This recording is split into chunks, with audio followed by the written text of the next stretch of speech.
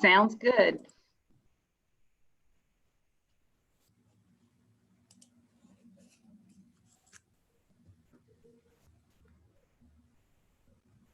Go full screen so I can see what's up.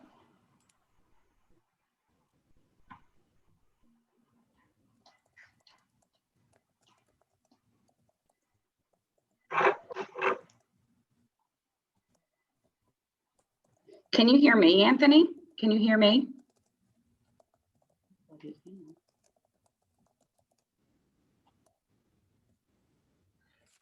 You know, the participant box, internet hand is shaky. Shaky or sketchy? Sketchy? All right. Awesome.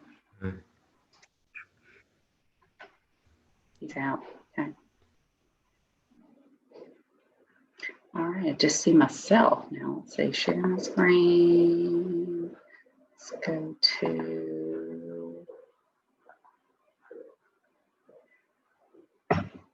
you can receive offers.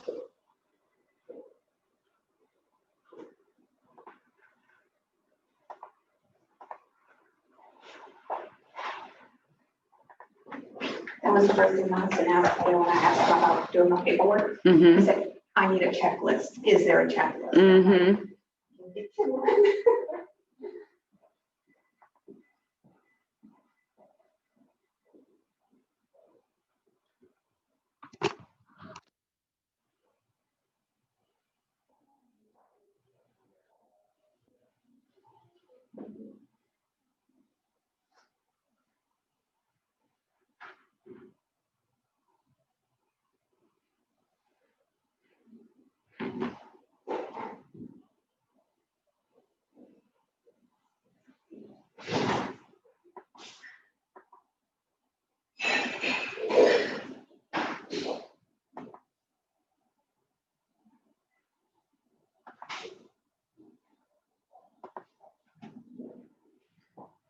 Good morning.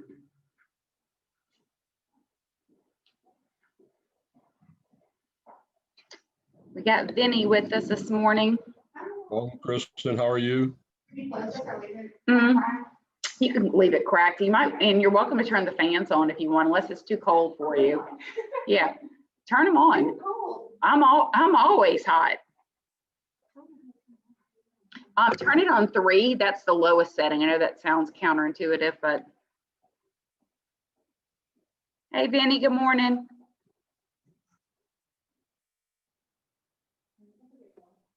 Morning, how are you? Just gonna wait just a few minutes. See who joins us.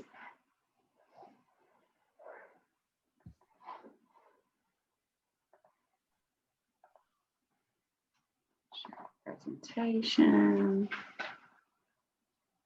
You present. I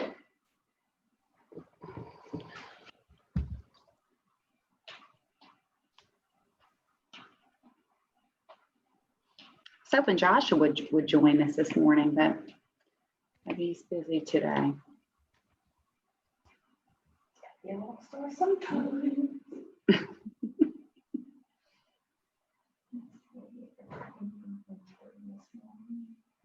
She texted me twice, one newsletter. I already sent her the pre-approval letter. Mm-hmm. She wants the other one. Oh, like the intent to proceed letter? I sent it to Jordan Saturday. He called him last night. He wants to be the contract.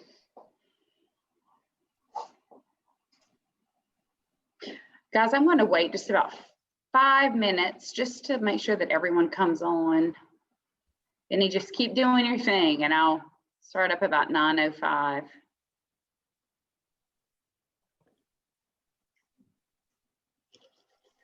To get some more coffee this morning. My coffee didn't taste right. You know, do you ever have that? It's just odd. I don't know. Every time my husband makes it. I don't want to complain. It's in my mouth. I make their coffee again. And that means it's got to go downstairs. I gotcha. No, I wouldn't either. He might do something to it. I think I'm smart. Mhm. And he gets like a cold, like Mhm. knows the whole cup. And he does his first and then reuses the same pod to do mine. So my coffee's weak Oh, no. by the Mm-mm. time he does that. Life's too short for weak coffee. Right, I like to do mine first because I Too like my short. coffee stronger. I'm watching to see if anyone's waiting to come in. I think I may just get started, guys. We have some ground to cover this morning. This is a great class. Because this is recorded, I'm Kristen Simpson. I'm one of the productivity coaches here in Mandeville. And this morning, our topic is making and receiving offers. And hopefully you all are continuing to do your daily success habits as outlined in Ignite 2.0. And I'm curious, Vinny or Natasha, what you are most excited about in terms of the learning. And Vinny, I believe you may have done Ignite before, but what are you most grateful for in terms of the learning journey, if you want to call it that, in Ignite 2.0? That's either for you or Vinny. I'm excited because I like to know that I know what I'm talking about. Does that make sense? Yeah. Mhm. Like, there's nothing worse than going into a situation and you're like, I'm not sure. You know, I like to know that I've got good training behind me. Good point. How about you, Vinny? Anything in particular that stands out for you? Pretty much the same thing. I don't like, going in and stumbling all over the place. And this is good for me that I did it again because it kind of reinforces Okay, everything. I so did we'll in get the started. beginning. Today, our focus is on making offers on behalf of your buyer clients. So I know that you've both, Vinny, you've made offers before, and then Natasha, you have as well. So I think it'll be great since you guys have done this before. It'll probably make a lot more sense to you. So the goal of our time together is to learn how to present offers when you represent a buyer and how to respond to offers whenever you represent a seller. So we'll practice scripts you can use throughout the process and learn how to set the stage for a positive negotiation experience. And to begin, we'll review the offer process. This is going to give you an idea of the steps you'll take to get to the point where you're ready to negotiate the offer with a seller's agent or a listing agent. They call it a seller's agent. It makes more sense when we call it a listing agent. Okay, so this is just an overview of the offer process. So once a buyer has found a home, the seller starts looking forward to, really going to active sale on their property. They get excited. Here's Pam. Good morning, Pam. We're just going over the offer process. So once they found their home, they start looking forward to going active sale on their property. This is where really the negotiation begins. So we're going to walk through the offer process, and this can be, it's not necessarily a linear process. It can also be a loop or a circle. So basically here, whenever your buyer gets ready to make an offer, what emotions do you think both the buyer and seller are having at this point? When the buyer's getting ready to make an offer, what are some emotions the buyer's having? Fear, excitement, anxiety. They're excited, right? Pam or Vinny, what's a buyer feeling when they make an offer? Maybe uncertain. Make sure they're getting a good deal on this, that they're not spending too much money they're buying it for the right Please, price. I need participation. I would say there are a lot of emotions: anxiety, fear, and they're looking to us, which can be overwhelming a bit when you're a new agent, because they're looking to us. There's a lot we feel, because we're good agents, we feel like there's a lot riding on this offer that we're putting in on their behalf. It can feel like a big responsibility. So this is where your knowledge and negotiating skills come into play, and you have to have patience with the process. It can be a tedious process. So, and what emotions, in terms of the sellers can have a lot of emotions as well when an offer comes in. They can be angry that it's low. They can be skeptical. Does the buyer actually have the funds to close? They have a lot of questions. So I think the main point I'm making here is emotions are high on both sides of the transaction. And there's excitement, joy, anxiety, impatience. As a professional representative of your clients, you have to remain calm, reassuring, and in control of the process. Give them, by your demeanor and your actions, make them feel comfortable and at ease that you're going to walk them through this process. You're their guide through this process. They can trust you, and communicate constantly, communicate everything. I think that the reason things break down and the reason people have less than desirable experiences, I think really comes down to communication or a lack of communication in the transaction. So your buyer guides and your selling guides, or your listing presentation and your buyer guide that you can find in KW Connect, really those help keep your clients up to date. It'll give you the step-by-step of what we need to be communicating at what stage in the process, and document your unique transaction process for buyers and sellers. In this section or segment today, we're not going to talk about specifically about the negotiation of a contract, but more of the presentation of the contract and receiving of the contract on both sides. So on the screen or the slide, you can see that this is the way the process works. The buyer makes an offer. So you, as a buyer's agent, you would make an offer. The seller responds in one of three ways. They can counter the offer, and then there's further negotiation. They can accept the offer, then you begin immediately the contract to close process, or they can reject the offer, and the buyer agent contacts the listing agent to learn more.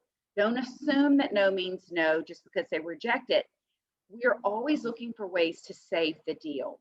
And so for me, as a representative of a buyer, and also on the selling side, I have never rejected an offer. I don't believe in rejecting offers. I believe in keep the ball in the air. Like, think of it as you're playing tennis and the ball's going back and forth across the net. If you reject an offer, the ball falls on the court, it's dead. Why not just try to keep the ball moving until you see that it can't anymore? And then typically, even if that happens, I let it expire.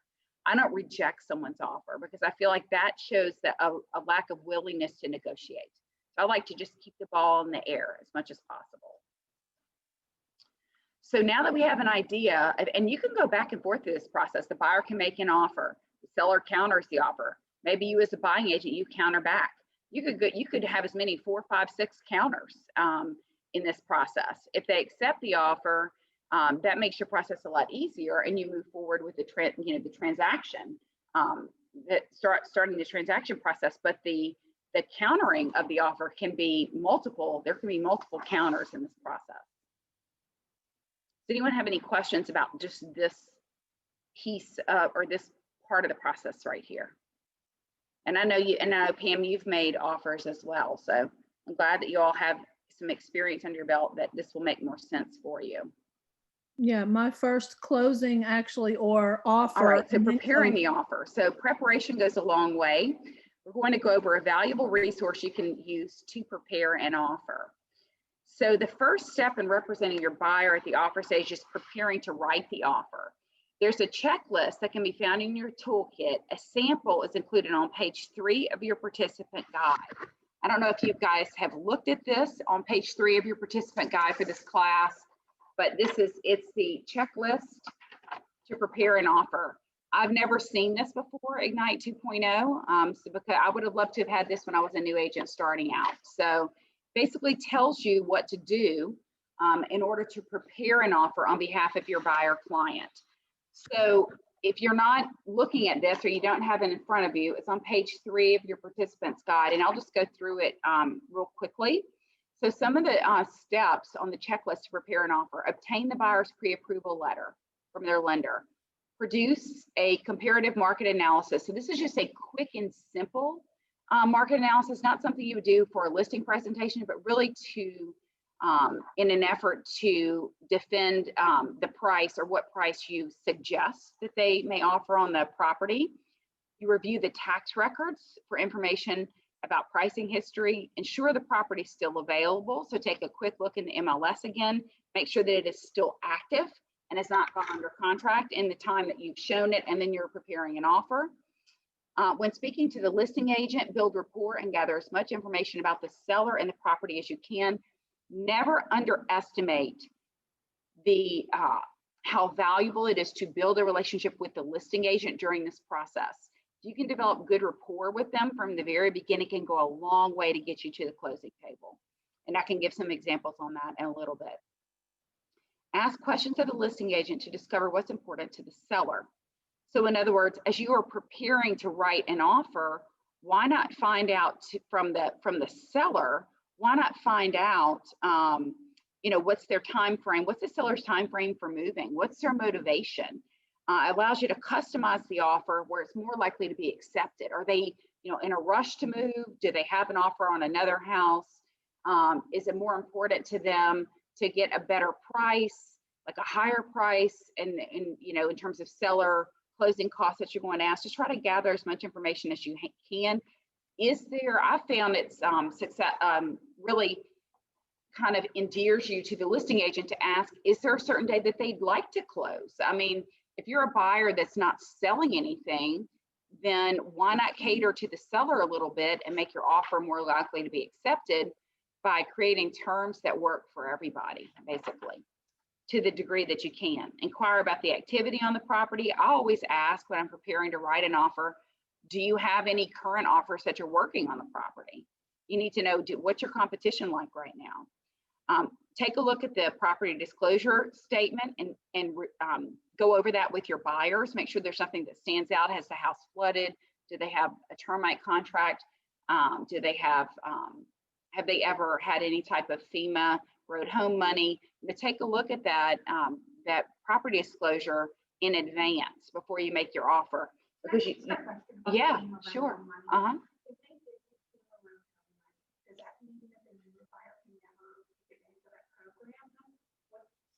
Not necessarily, but what it would cause me to do is ask questions.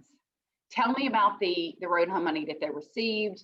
What was it for? Because sometimes a house can have multiple losses, and that can affect your ability to get money going forward if you have another claim. So it's just important to dig in and ask those questions, and then you'll be able to know more. And that might be something that you should ask an insurance agent at that point once you find out more information about the road home. Mm-hmm. But they tore down the house that was there. Their house. Well then, and then do you have an elevation certificate? Yeah. So as long as it sounds like you're basically like starting new in that scenario. I know someone that has had multiple losses on a house in Mandeville. They can no longer receive any additional money. So it really depends on the situation. And really for us, just as a buyer's agent, it's a flag to dig deeper and ask more questions so that you can go in, more educated on the property. Find out if there have been any other offers, if they'll tell you. If so, what's their status or why did they fall through? So again, you can find this in your participants guide, really good information. So who can tell me, out of all those things that I just read off, that entire checklist, which of these steps can be completed? Okay, Pam, let me open up the chat and see, make sure I can see it on my screen here. Let's see.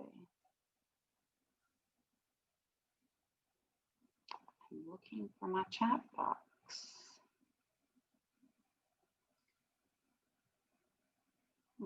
Let's see it.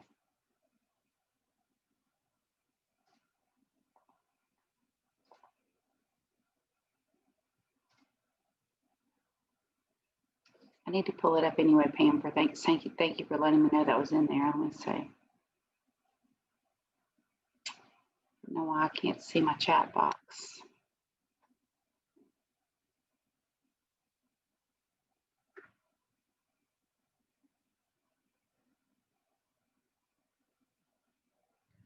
I'm looking at your text.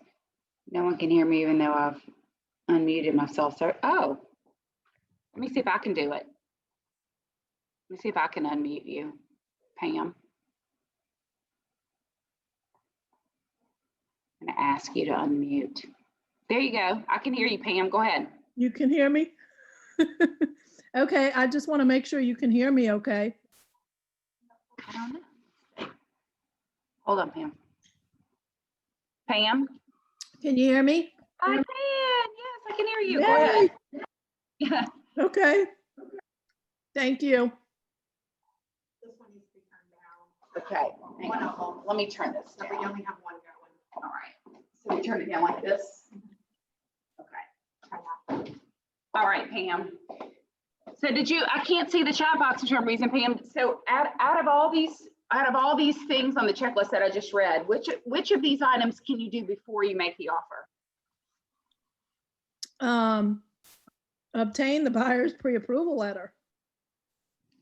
So you can do all of these. You can do all of these before you make an offer. Every single one of these items can be done, and you'll be very prepared as you write your offer if you do all these things in advance. So get the pre-approval letter, do a quick CMA, review the tax records, make sure the property's still available, build rapport with the listing agent, ask about the activity, review the property disclosure, and find out if they have other offers. Every one of those things we can do before we make an offer. It'll put us in the best position to actually or potentially have our offer accepted. So how I work with listing agents, some examples whenever I'm working with the buyer. So I'll call the listing agent, I'll introduce myself, I'll let them know that an offer is on the way. And whenever I send an offer, I text the agent, I call the agent, and then I email the offer. So I cover all the bases. So no one can say that they didn't know. I have, when I was a very new agent, just had my first listing and woken up to an offer in my inbox, which is crazy. I had no idea it was in there. So, they didn't even let me know they were sending it. So you could already have missed your deadline because we do check our emails, but we don't refresh it and check it nonstop. So text the other agent, call the agent, and email the offer when you're sending an offer over. So everybody knows that there's an offer that's on the way, because time is of the essence. We have to stick to our timelines. When your client wants to write an offer, be prepared to use the checklist provided so you can work quickly and efficiently for your customer, because the customer always comes first. Does anyone have questions about the checklist? No, but I think it's great because I didn't have it on my first sale. And but I will say this, my first sale and offer I was a dual agent. My very first one. Oh my gosh. And that was it was very interesting.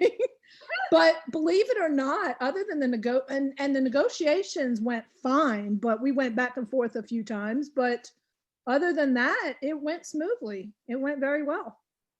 I don't have any complaints, and I don't think either did the seller or the buyer. That's wonderful. It can be, I've only been dual agent once in all of the transactions that I've done, and it did stress me out because you want to be so careful that you're, working on the best interest of the buyer and seller. When you're representing both, Yes. makes me a little nervous, but yeah, I think that this checklist is great to have. And if y'all need to know, if you don't know where to find it, I can definitely show you in the materials where to find that. All right, so now that we're acquainted with the process of preparing an offer, let's see how we'll tackle the process of writing the offer. So guess what we have next? Checklist to write an offer. So we had a checklist to prepare an offer. We also have a checklist to write an offer in our toolkit for this particular module. So our goal in this section is to help you put together an offer that you and your clients can be proud of. This is your chance to shine as a buyer's agent. To write an offer, you'll need to obtain a copy of the contract, which is our purchase agreement, used in our area for writing offers. Then you use the checklist to write an offer. It is page 4 of your participant's guide. You'll then be able to make sure you've covered all of your bases. So tips that I have for writing an offer. So the checklist to write an offer is excellent. Again, I've never seen this before, Ignite 2.0. I wish I would have had it. So we're just going to go through this a little bit. So when you have a buy, let's say you've already had the buyer consultation with your buyer. You've already gone through your buyer's presentation, the process as much as you can before you actually present an offer, because then it all really gels together. You've shown them properties, and now you've gone through the property disclosure with them, and they're ready to make an offer. So then you can take out your checklist to write an offer. And these are the things that you're going to discuss with your buyer about getting the terms on the offer that we want to write. Price and terms. Consult with your buyer to arrive at the most logical offering based on the data that you've gathered through your CMA process. And again, we said it's not like a full CMA like you're listing a property, but it's really a quick one-line CMA to see what properties are selling for. Also, the market report for that week is excellent for helping them see what things are going for, what was the list price, what did it ultimately sell for, and those are the market reports we get sent every week from the front desk. So you can actually use those as well in your local area to show them what things are going for, what percentage of asking price are people offering. And seller's disclosure, review the disclosure with your client, find out if there are any deal breakers, you know, do they have any damage that's been disclosed that would be a deal breaker for your client. And then conveyances, consider, and this is all on this checklist, so I'm just reading directly from that. Consider what times in the home will transfer or convey to the buyer. Typically, attached fixtures, stay, and movable items go with the seller. In some areas, the seller's disclosure will specify which items stay. That's not really in our area. You'll see it more in the MLS. Like in the agent remarks, it may say fountain, large fountain in front yard does not remain, or things like that. So if your client wants something in the home that's not attached, okay, like a refrigerator, a washer and dryer, or if they want something removed that normally would stay with the home, the offer is where you put that in. So your offer includes certain items and excludes certain items. So make sure you ask your buyer if there's something that they want to remain in the home or something they want removed when you write your offer. This is the time to get that in writing. Does that make sense for everyone? So I encourage each of you to read a listing agreement, and then also in the purchase agreement. The listing agreement, just for your knowledge on the other side of that, specifically states what items are considered fixtures and which items actually stay with the house. And this has helped me because we got into a situation with the security system.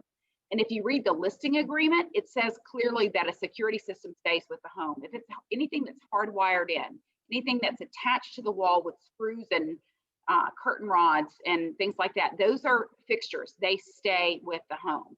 But just to be safe, put it in your offer, and then there's no disputing that you've asked for certain items. Does anyone have any questions about what stays, what goes, and just to be safe, put it in the offer so that No, everybody but knows? I have a comment. So the way that I look at it, or maybe the way I read it at one point in time, was anything that you have to remove that leaves damage to a wall or any place in the house is considered immovable or stays. Right. And anything like something that's just plugged in, like a refrigerator, you know, the refrigerator's not attached. So the refrigerator can move. It is movable. The oven, the range oven is not. The dishwasher is not, right? That's another way to look at it. Like even if someone has a security system, we need to be careful with that because some security systems are literally portable. You know, like some of the systems don't have that. Some of them have the cameras and they're wireless and can be unplugged. So in that case, that could be, you know, kind of up in the air. Does it stay? Does it go? So I would say if someone has a security system, just to be safe, just write it in. Security system and all equipment that goes with it. Surround sound could also be something that if it's not wired. So it's just safer just to write it in. So the next item on our checklist is earnest money. The buyer makes a deposit to the seller to show good faith in the transaction. Earnest money is typically deposited in an escrow account, and you determine the amount that will be acceptable to both the buyer and seller.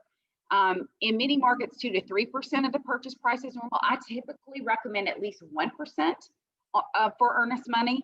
And basically that's a conversation that you and your buyer need to have. Obviously, the more they put down in terms of earnest money, the more the seller will feel comfortable that the buyer has skin in the game and they're not going to just abandon the contract. So sometimes the seller will counter and ask you to put down more earnest money. It's important that you let the buyer know that the earnest money check will be deposited. So that money will come out of their account. They will get it back at closing, but sometimes we forget to tell the buyers that it's not like we're just holding that money. It actually is going to be deposited. That will come out of their checking account. Time for seller acceptance. Be sure to specify the time for acceptance. So this is where you have to look at the, as a buyer's agent, you look at the amount of time the home has been on the market. How much competition do you think there is for that house at the time that you are making an offer? And if it's relatively new to the market, you know, it has a lot of showings, I would make the time for acceptance between offer and acceptance shorter. You may squeeze them a little bit because you don't want other people to come in there and then they have multiple offers. So it really does depend on how desirable you feel the property is, can also come into play as to how quickly you want to turn that around, okay? If y'all have questions on any of this, just jump in or stop me, just unmute yourselves. Financing terms, make sure the financing terms would be agreeable to your buyer and seller. That's where your pre-approval letter comes in on our other checklist. You should already know what kind of loan are they getting, what's their interest rate going to look like, you know, and you can, it may vary a little bit on the interest rate, but you should have a good idea of the type of loan, the interest rate, how much they're putting down, 3%, 5% is in an RD loan, the rural development loan that has 100% financing. You should already have this information because you need to put this in the offer. You will include the pre-approval letter with your offer from the lender. Loan approval, allow your buyer ample time to finalize their financing. Check with your team leader for an average number of business days to be accepted. We typically put in the loan approval box on the offer 3 to 5 days. 3 to 5 days for loan approval. That's really important, and make sure that your buyers actually move forward with the lender in the time that you specify. If you do not, it could be a way for the seller to get out of the contract, okay? If you said my buyer will move forward with the loan approval process within 3 to 5 days, and then 5 days come and go, and your buyer has not continued to move forward to the pre-approval process, the seller can call you on that and get out of the contract. We would never want that to happen and then to be blamed for that contract falling through. So this is where our timelines are very important. Let's see. And are you all familiar with the intent to proceed letter? I know that Natasha is because we've talked about it, but Pam and Vinny, you guys know what the intent to proceed letter is? No, No, I do not. no. Okay, this is really good. I didn't know this either for quite some time. The intent to proceed letter, you can find it in our KW forms. You'll find all of our forms out there on the intranet. The intent to proceed letter is a letter that the lender will fill out showing that the buyer is moving forward with the approval process. So as a buyer's agent, I recommend that if you're, as soon as your contract gets accepted, you already are communicating with the buyer's lender, right? Because that's, they've already given you the pre-approval letter. Go ahead and send that buyer, the lender for your buyer, go ahead and send them the intent to proceed letter, which the lender fills out that says your buyer is proceeding with the pre-approval process. What that does is it protects your buyer. It also makes you compliant with the contract, that you're showing proof that your buyer is in fact moving forward to not just for the pre-qualification, but for the approval on the loan, and it keeps the contract intact. And as soon as you get it back from the lender, go ahead and send it to the selling agent or the listing agent so that they know your buyer is holding true to that contract and they're moving forward with the pre-approval process. Does that make sense for everybody? We're just covering all of our bases. Closing date. Make sure that the closing date will work for your buyer, their lender, and the closing company. Tuesdays, Wednesdays, and Thursdays are the best days to close because they're in the middle of the week. You'll have extra business days before or after if needed to complete the transaction.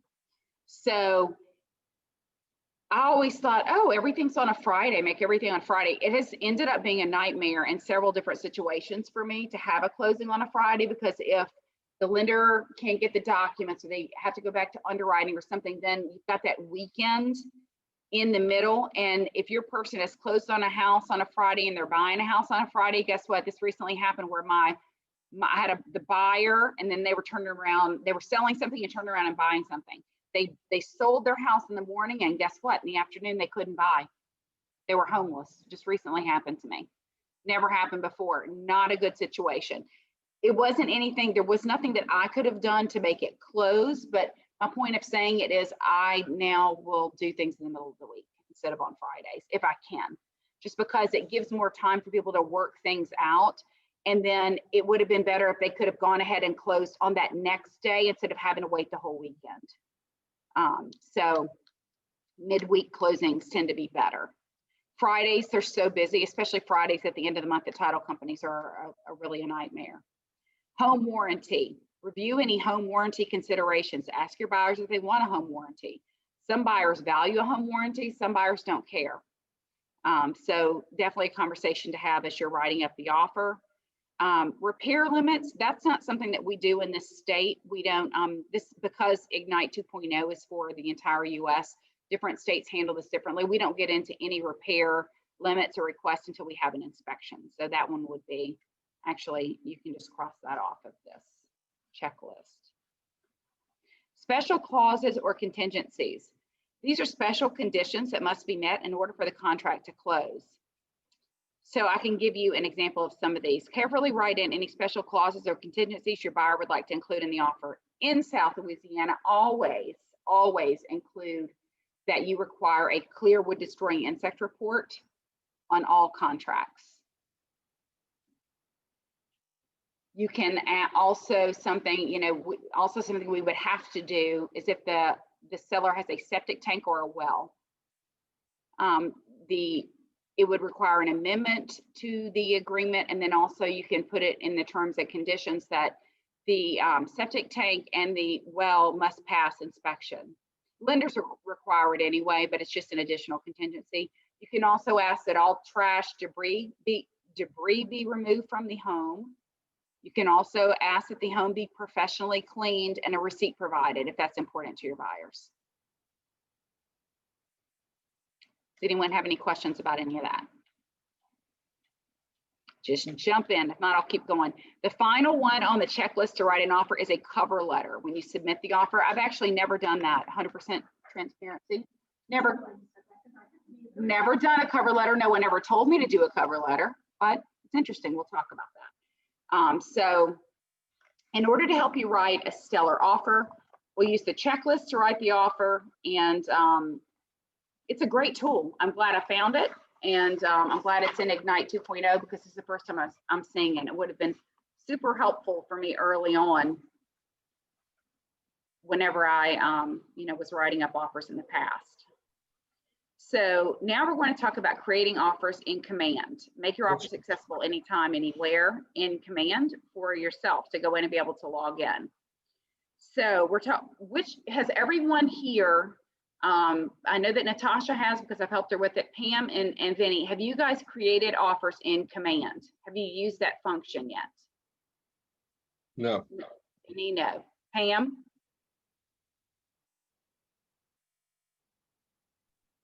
Not sure. I don't think, yeah, I have because I've done DocuSign and I've started from Oh, here. yeah. Okay, so what I'm going to do is I'm going to see if I can hop over. Let me see if I can exit out of here. Let's go over to Command. So I recently had a listing that where in the first 72 hours, I received 5 offers and 2 backup offers. And this function was amazing for that. So let's see if we can go in and play around. So we're gonna, I'm gonna go in and create an opportunity on myself. Put myself as a contact.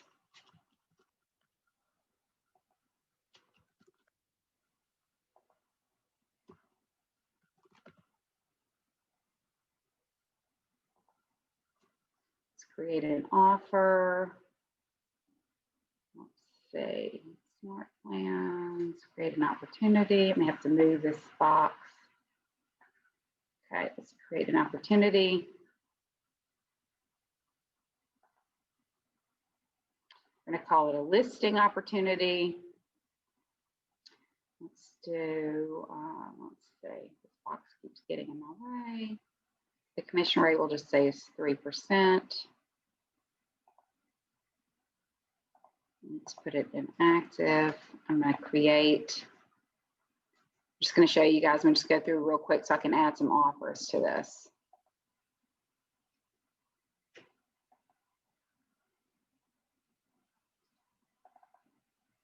And it's not going to my opportunities. Let's see. Look at it this way.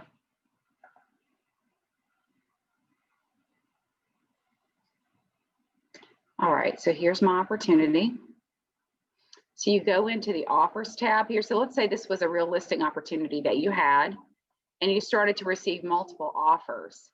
You can actually add all the information about these offers, just like I did for my 5 offers and my, let me add someone. Just like I did for my 5 offers and 2 backup offers, this was the save, it just saved me. So let's add a new offer here. Let's say I'm going to call this offer, and you can name them offer 1. Let's call it offer 1. Create offer. I'm going to say offer date, close date. I'll just leave all these dates the same. Parties, I'll say Natasha Buchholz. You just go through and put all your details in, terms, let's say I'm dual agent, associate's name. Just want to get to the offer part. So let's say it's 200, say it's a cash offer at 200,000. I'm going to try to get 2 because I want you to be able to see it. Let's say seller will contribute $500 warranty and $5,000 in closing costs. Okay. Agent analysis, pros. You can go in and fill all this out. Pros: great offer, great price on offer. Cons: asked for closing cost. Okay. I'm just doing this real quick so y'all can see what I'm talking about. Let me go in and do another one. So we're going to save that. That's offer 1. Okay. See if it's offer 1. But let's add another offer. I'm going to call this offer 2. Create offer. I'm going to leave all these dates the same. You would obviously change those, but I'm going to do Pam and then Kristen as her agent. This is a way for you to compare offers and discuss them with your clients. I'm going to show you that in just a second. Pam's offering $210,000 cash. She's not asking for any closing costs, okay? She's not asking for a home warranty, okay? So we're going to do agent analysis, great price, no closing cost, or home warranty request. So you just go in and fill this out for whatever offer it is. Pros, cons, you put it all in, save. So now for my seller, I've got 2 offers right here, okay? So I can click on select all, and I can compare these offers. If anyone's not with me, let me know, but it's just a quick way. You have a listing, you're getting different offers, several offers at a time. You can put the details in here, and then you compare the offers. So look at the offer side by side here. See, I can show, this is something that I can, and then I can email this to my clients. They can look at Pam's offer, they can look at Natasha's offer. Have y'all ever seen this feature before? This was super helpful. Yeah, this was super helpful for me when I had 5 offers. So,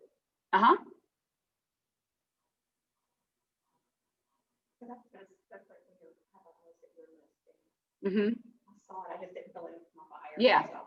When you have a, this is when you have a listing, it's a way that you can compare the offers for the if you're on the listing side and you get multiple offers, it's a great way to visually compare the offers, and you can email it right here to the sellers so that they can review those and you can discuss them. They can see what you're seeing, and it's just it was so helpful when we had 5 offers. You can email it. It's it looks nice, you know, it's a nice comparison. Does anyone have any questions on this? We're jumping back and forth a little bit because we are talking about presenting offers and receiving offers.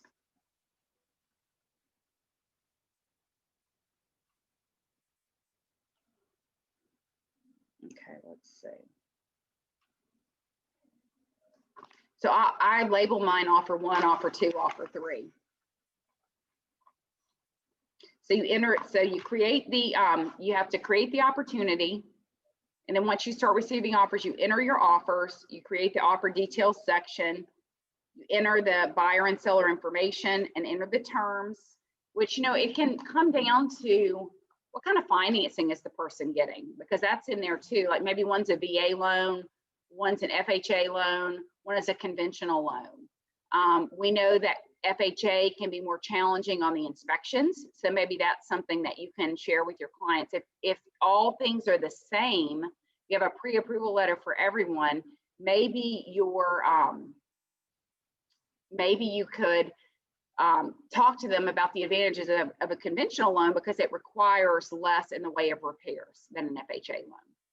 So just, that's where you can, when you're looking at the different, everything comes into play, financing terms, the type of loan, days to close, do they have a house to sell, all of those things. And then you would save it.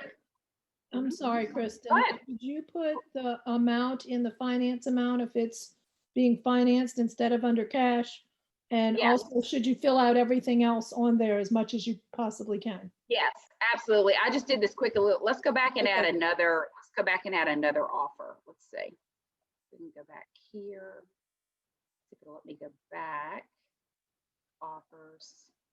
Let's add a new offer. Let's call this offer 3. And I'll do it a little bit more, a little bit better for you. So let's do, this is going to be Jill Parties, Jill. And then you would put their email address, you would put their phone. You could fill this whole thing out, address, they're pre-approved, whether they're pre-approved or pre-qualified. Put you in there, or whoever the other agent is on the other side, terms. We can say she's financing, say 150, and then the sales price is, say cash, she's putting down 50,000. Sales price. And then it should be, I think in here, I'm trying to remember exactly where it was. I had to put it in, so earnest money, you know, you put in what they're putting down. So let's say she's putting 5,000 down. And then buyer will give a termination notice. That really doesn't, that doesn't affect us in our state. And then this is where you put the home warranty, and then they're not asking for any closings. But it doesn't, you're right, it doesn't say specifically. So we know that she's putting down 50,000, but I think that you have to put that in the remarks. Let me show you where you would put it. Like right here, pros and cons summary. You could put buyer getting conventional loan. Not spelling this right. This is where you would put it. So it's not in the details. It's actually something that you would have to put in. And then you could add your pros and cons. Does that make sense, Pam? Yes, ma'am. Okay, and they may be changing this. You know, this is always changing. So I think it would be helpful to put in the different loan programs, but maybe they haven't done that because it changes so often. And I don't know if rural development is, you know, if that's just state by state. I don't really know, because this is a national database. Maybe that's why they don't get so specific. Could be the reason. Okay, so again, this is a way that you can professionally, I feel like it looks very professional when you compare the offers, you know, and then you put your notes in and you can email this directly to your client here. So it just gives you a written comparison, looks professional, and just a way to compare the offers side by side. Their financed amount, earnest money, whether or not they're asking for closing cost, home warranty, all of that is right here. So I'm going to get out of that. All right, so now we're going to, let's go back to our presentation.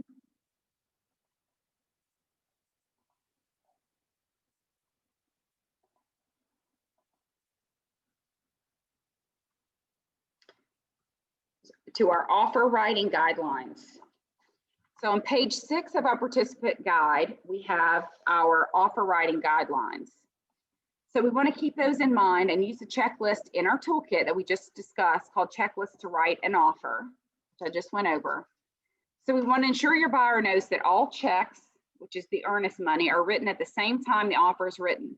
So when you're with your buyer, they're writing up an offer, and we're not always with them, but if you are with them when they're writing it up, go ahead and get the check at that time if you can. This will vary by area. Check with your team leader for guidelines. So I'd say if you're with them when you write up the offer, see if you can get the check. If not, your buyer may have to go. We don't carry checkbooks, a lot of us anymore, so they may have to go get the check, and you may have to go over and pick it up from them.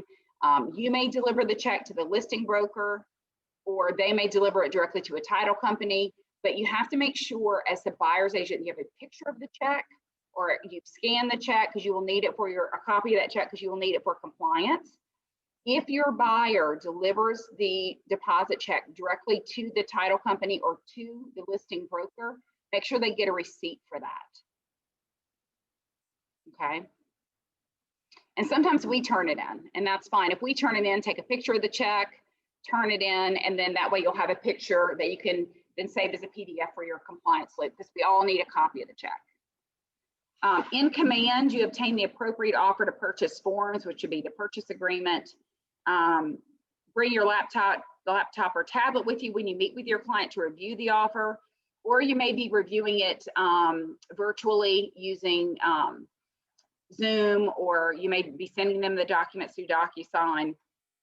Sometimes if you're not comfortable using Zoom to go over the documents with them, you can always send them the documents in just a view only mode. In other words, don't key them up for signature so that you guys can discuss it. They can be on their computer and you can be on yours. So there are a number of different ways you can do it, either Zoom where you go over the documents together. You could send the documents without signature requests just to review the documents. Or you can just, if you feel like you've gone over this and you know they're good with the terms of everything in the purchase agreement, you can just send it to them directly to sign. So it just depends on the situation. When your buyer makes an offer, they're essentially selling themselves to the homeowner. A cover letter can make your client's offer stand out and serves the following purposes. It summarizes the offer, includes a brief list with bullet points that captures the key items on the checklist, humanizes the offer. The sale of the home, and we all know this, is much more than just a transaction on paper. It's a major life event for the seller, the buyer, and their families. So describe reasons the buyer likes the house, including their favorite features. You may want to write a short profile of your buyers. These things help to foster a personal connection between the seller and a buyer and increase the chances your buyer's offer will be accepted. You create a buying opportunity and create a buying opportunity in command. And then when you meet with your client, they can review and e-sign the offer directly on your laptop or tablet, and you submit a cover letter along with the offer documents. We're going to go over the cover letter next. I will tell you guys the story that I mentioned where there were 5 offers and 2 backup offers. The person that won the house, if we want to call it that, wrote a letter to the sellers. They wrote a letter and it touched their heart and they ended up getting their offer accepted. So I've never had anyone do that before, but it worked. I have to say it worked. My sellers were moving out of state. They had raised their kids in this home. The people that were buying wanted to buy the house, had 2 young kids, and they were excited about the neighborhood. And they wrote a really nice letter about them, about their kids, about why they liked the house. And guess what? They got the house. So it works. So this is an example of a cover letter that you could use. Many people find the idea of writing a cover letter unnecessary. I just leave that up to you. It's your business. If you want to try it, if you want to say, I'm going to do just a test or just a trial to see if this gives me a greater success rate for acceptance on my offers, why not? You got nothing to lose. It's just one extra piece of paper in your document. And I've just given an example where it worked on behalf of the buyers on one of my listings. And what you include in your cover letter, if you use cover letters, I feel like the most impactful thing is what the buyers like about the house, because let's face it, the sellers think their house is fabulous. We love our houses. we're emotionally attached to our houses. So if someone compliments you on your house, no matter how detached you want to try to make yourself from the transaction, you'll be flattered by that. You'll like that. So I can see it as being a negotiating advantage, actually. You can add the offer cover letter to your opportunity.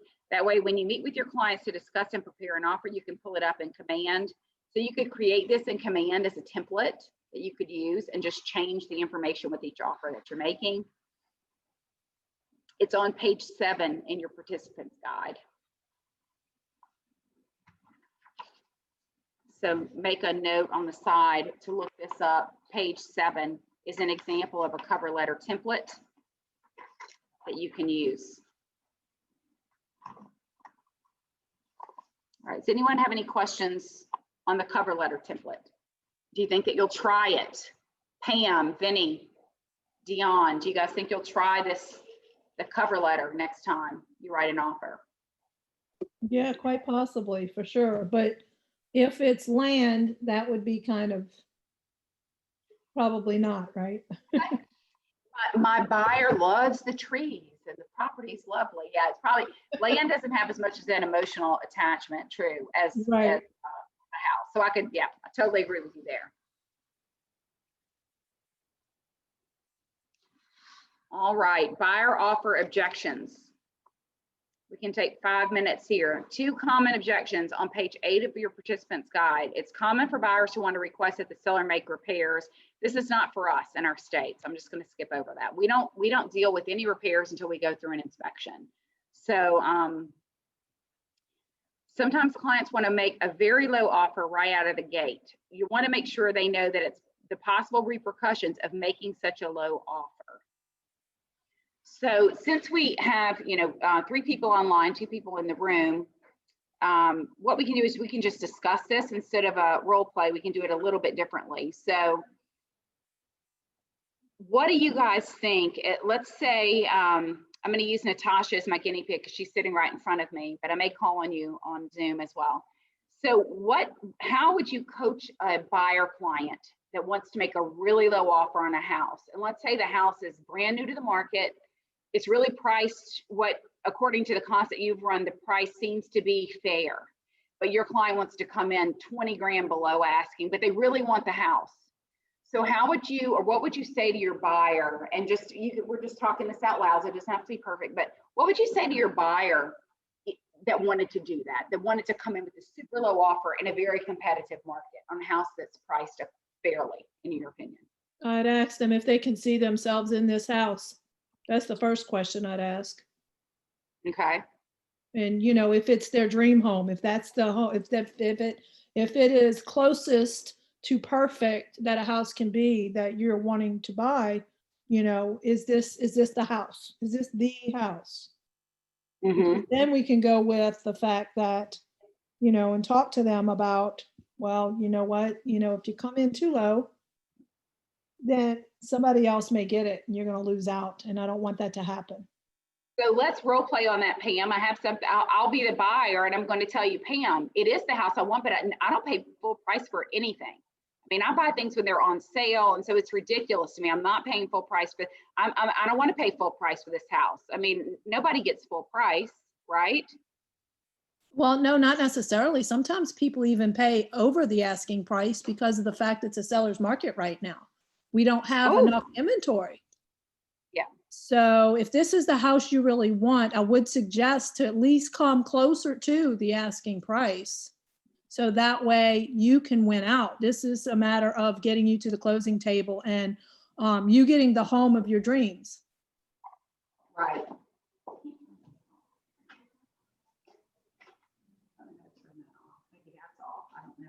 Okay. It's the echo. So yes, very good. So you know what someone told me early on in my career, and this is so funny. It struck me as really funny, but it's so true. You know, when they say they want to sleep on it, and I want to sleep on it. I like to say, if you want to sleep on it, you'll never sleep in it. That's a good one. That is a good one. I like that one. I thought that was so funny. It was like someone told me that. They said, if your client says they want to sleep on it, tell them that's fine, but they'll never sleep in it. That's So especially in a competitive market.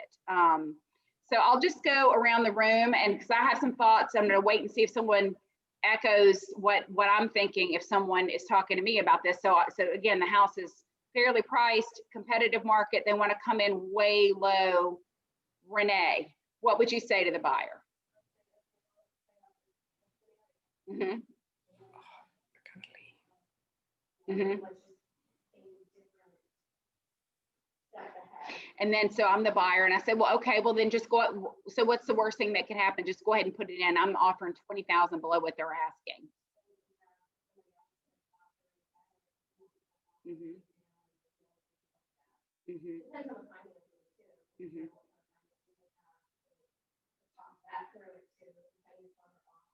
Mm-hmm.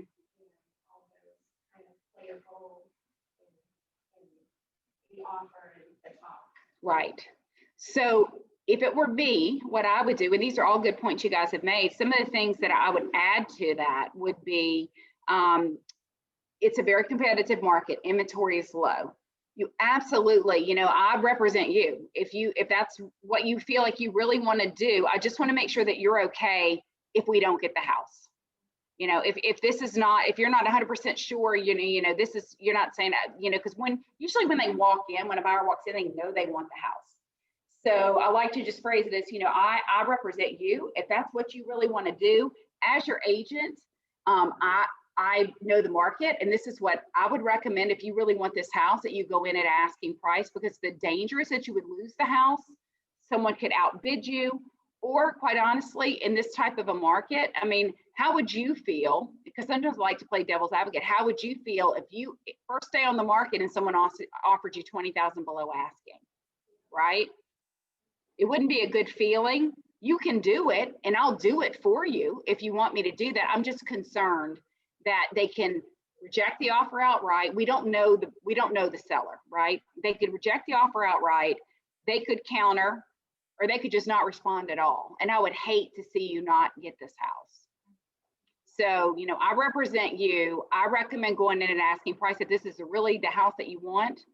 But, you know, if you want to go in a different direction, I'll represent you however you'd like me to represent you. But I would like to show you the most recent market report that shows that people in this price range, again, the market report that they send us every Monday from the front desk, the market report shows that at this price range in this city, people are getting 99.9% of their asking price. Do you still want to go in at 20,000 below asking? Ultimately, it's their decision. I mean, it is, you know, it's their money, their decision, their house to lose. So I like to bring in, sometimes data is the best, because it's not what I think, it's not what you think, it's what you can't argue with the data. This is the most recent market report. It shows that people are getting this percentage of asking price in this many days on the market. So bring the data in. They can argue with you if they want to, but you can't really argue with the data. Also, too, I was thinking how, like, when they put an offer in, and let's just say we've explained to them that, you know, you need to come in a little bit higher or whatever, but they're worried about them accepting the offer and having to pay that full price. Well, I mean, the other thing is too, is even though that we're bringing them a CMA and telling them that's what the homes are worth, I mean, I feel like it can reassure them that they won't pay a penny more than what the home is actually worth after the appraisal, especially if they're being financed. So they're protected in that respect. That's an excellent point, and I do bring that up a lot. I always say, I just had a buyer. There was a house in Old Covington, and it seemed to her, it seemed a little overpriced, but I could see by the comps that things were going at that rate, and she really wanted this house. And I told her, you know, if you really want this house, I recommend a full price offer. And she did put in a full price offer, and she got the house and it appraised. But what I told her is, don't worry, you know, she really wanted it. She was okay paying that. She would have rather gotten it for less, obviously, but she listened to my advice. She got the house she wanted, and at the end of the day, it appraised for exactly what she paid for it. So there is a level of protection for financed sales, that you're not going to pay more than appraised value. So that should give everyone a level of comfort. And I can attest to the fact that things do come in under appraisal, because I had that happen to me too. Because people will say, oh, Kristen, it just, it always appraises for whatever you're asking, but that's not true right now. It could have been true maybe 5-10 years ago, but it's not true now. I mean, I do see appraisals coming in below asking price. So I think that that does give our buyers, should give our buyers a level of comfort, and they're going to take their clue from you. How confident are you? How calm are you? How, you know, in the transaction, it's a roller coaster, right? You got a roller coaster of emotions. We need to be the solid line that goes all the way across. We need to not get tied up in the emotions on both sides. We need to be the voice of reason and calm in these situations. And so the more that we can exude confidence, trust in the way the process works, educating them on the process, then I think that that's where everyone will be, feel like they'll know you're a trusted advisor. Use data to support the things that you say, because I just feel like it's important. So it's very emotional. Okay, we're going to talk about now, unless anyone has any questions, you do jump in. I'm going to talk about presenting the offer. So let's say we have a written offer, and the next step is to present the offer to a seller. In this section, we're going to review how to present an offer as a buyer's agent and how to receive an offer as a seller's agent. All right, so presenting the offer to a listing agent. This is when you are a buyer's agent. As I said earlier, I notify the listing agent by text and a phone call, and then I email the offer. So nobody can say they didn't know my offer was coming in, okay? Document everything. So notify the listing agent of an incoming offer. The presentation of the offer is just as important as the contents of the offer. The listing agent will judge you from the first interaction they have. They're going to make a judgment about you. It's just nature, human nature. It's what we do. How professional are you? If I'm calling you and texting you before I'm emailing you, then you're like, she wants me to know I got this offer. She's communicating with me. It's going to set a tone early on that you're the kind of agent that documents things and you get things done. This is the opportunity to describe your clients, mention your cover letter, and let the listing agent know that you have an offer on the way for their client. Perform these steps in a timely manner, and remember that your customer always comes first. Once you've presented the offer, the ball is in the seller's court. Make sure you have the sound on your cell phone so that you do not miss any calls or notifications from the seller's agent. If you have given them a quick turnaround time, be ready for them to reach out to you. Be ready for them to respond to you. Don't send them to voicemail, for goodness sakes. So, you set the deadline, you create your offer in command, consult with your buyers. And I like to let the buyers know as well. This is where I start that solid communication with my buyers. So I'm representing the buyers. I've called the listing agent. I say, hey, I'm sending a great offer your way. I'm working with these buyers. They're pre-approved. It's an all cash offer, or it's a financed offer. The pre-approval letter's on its way with it. Give them a heads up as to what's coming. And then at the same time, let your buyers know, just submitted your offer to the listing agent. I will keep you posted. Okay, so we're keeping everybody informed on both sides. Okay, so now we're going to talk about presenting the offer. So I'm going to say in the room, Natasha, you're my seller's agent. You're the listing agent. Okay, I'm the buyer's agent. All right, so I'm going to give you a call. Ring, ring. Natasha? Yeah. Hey, this is Kristen Simpson with Keller Williams. How are you today? I'm great. So listen, my clients fell in love with your property at 824 West 25th Street in Covington. They absolutely love it. And I wanted to let you know that we're going to be sending an offer your way. I'll let you know as soon as I get it. I can respond to it, let you know that I received it. That sounds great. Are you currently working any other offers on the property?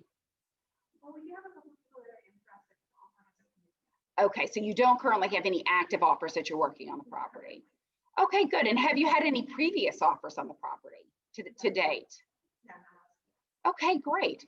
And so what, can you share a little bit with me about, as I'm writing this offer, because I always want my offers to be a win-win for both parties. Can you share a little bit about your seller's motivation for moving and maybe what their timeline looks like? Well, my sellers don't necessarily have to move in a hurry. If the house does sell, great. If it doesn't, they're okay with staying with us. Okay, I don't like that, but anyway, I'm not gonna say that. I mean, that's Yeah, it, I- yeah, okay. Okay, so is there, if we were to pick an active sale date, would there be a date that would be better for your sellers than others?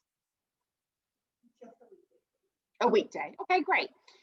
Wonderful. Well, I'm going to shoot this your way. I do want to let you know just before you receive it that my buyers are pre-approved. They're working with the lender. I'll include that letter along with the offer. And they're very, very solid financially. And I just wanted to send you proof of that with a pre-approval letter. And they have 2 small kids. So they're really looking for that neighborhood for the school district. They're super excited about the house. And I really hope that we can work together on this one. Great. And if you would just send me a quick email or a text, letting me know you received the offer. Wonderful. All right. Thanks so much. Have a great day.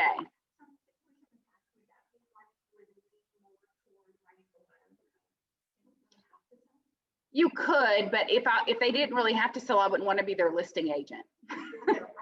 I wouldn't want to take that listing. If they weren't really motivated, that's the worst. I mean, but you know what? Even though people say that, to be honest, it's usually not true.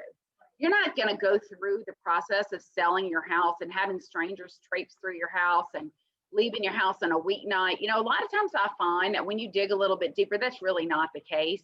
They may not want to move, but they probably need to move. So, you know, yeah, people say that, but a lot of times I think that's ego. I think that's ego talking, like, you know, we don't need to sell. We can stay where we are. If you don't need to sell, you typically are not going to go through this because it's not pleasant as a seller. You know what I'm saying? So hopefully that gives y'all an idea. And then that was the call you'd make to notify a seller of an incoming offer. Make sure to include details about the buyer, their motivation for buying. There's a script for presenting the offer on page 21. I recommend that y'all download these items. I know you may not want to print them all out, but page 21 of the Elemental script book. Let's see. Let me look at page 21 of the Elemental script book. I know it's the Elemental script books. This is specifically for Ignite 2.0. So where you would find all of the Ignite 2.0 materials, you'll find a script book for Elementals and a script book for Spark.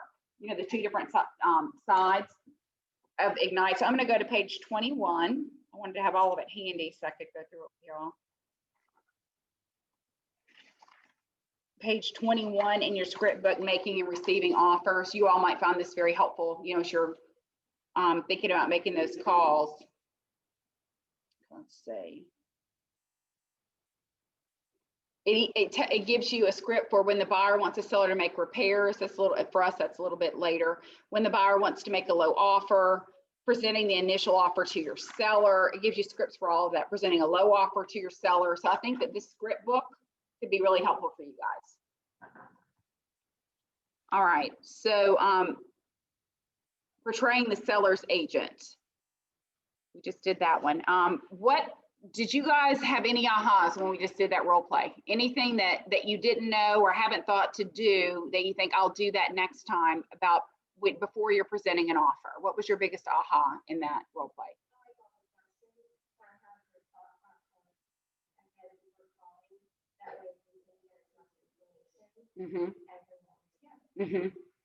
And they may not answer all of our questions, but we can ask those questions. We're not being nosy. We truly are, because you guys, just like me, we want our deals to close. So why not up front say, look, I really want this to be a win-win. I'm really looking forward to, and I think it goes a long way to say, you know what, Natasha, I'm really looking forward to working with you on this. You know, I think it just builds that goodwill, and then they want to help you. They want to help your offer get accepted. They want to work with you instead of putting up a wall and saying this is fierce, you know, back and forth. Yeah. Right. Right.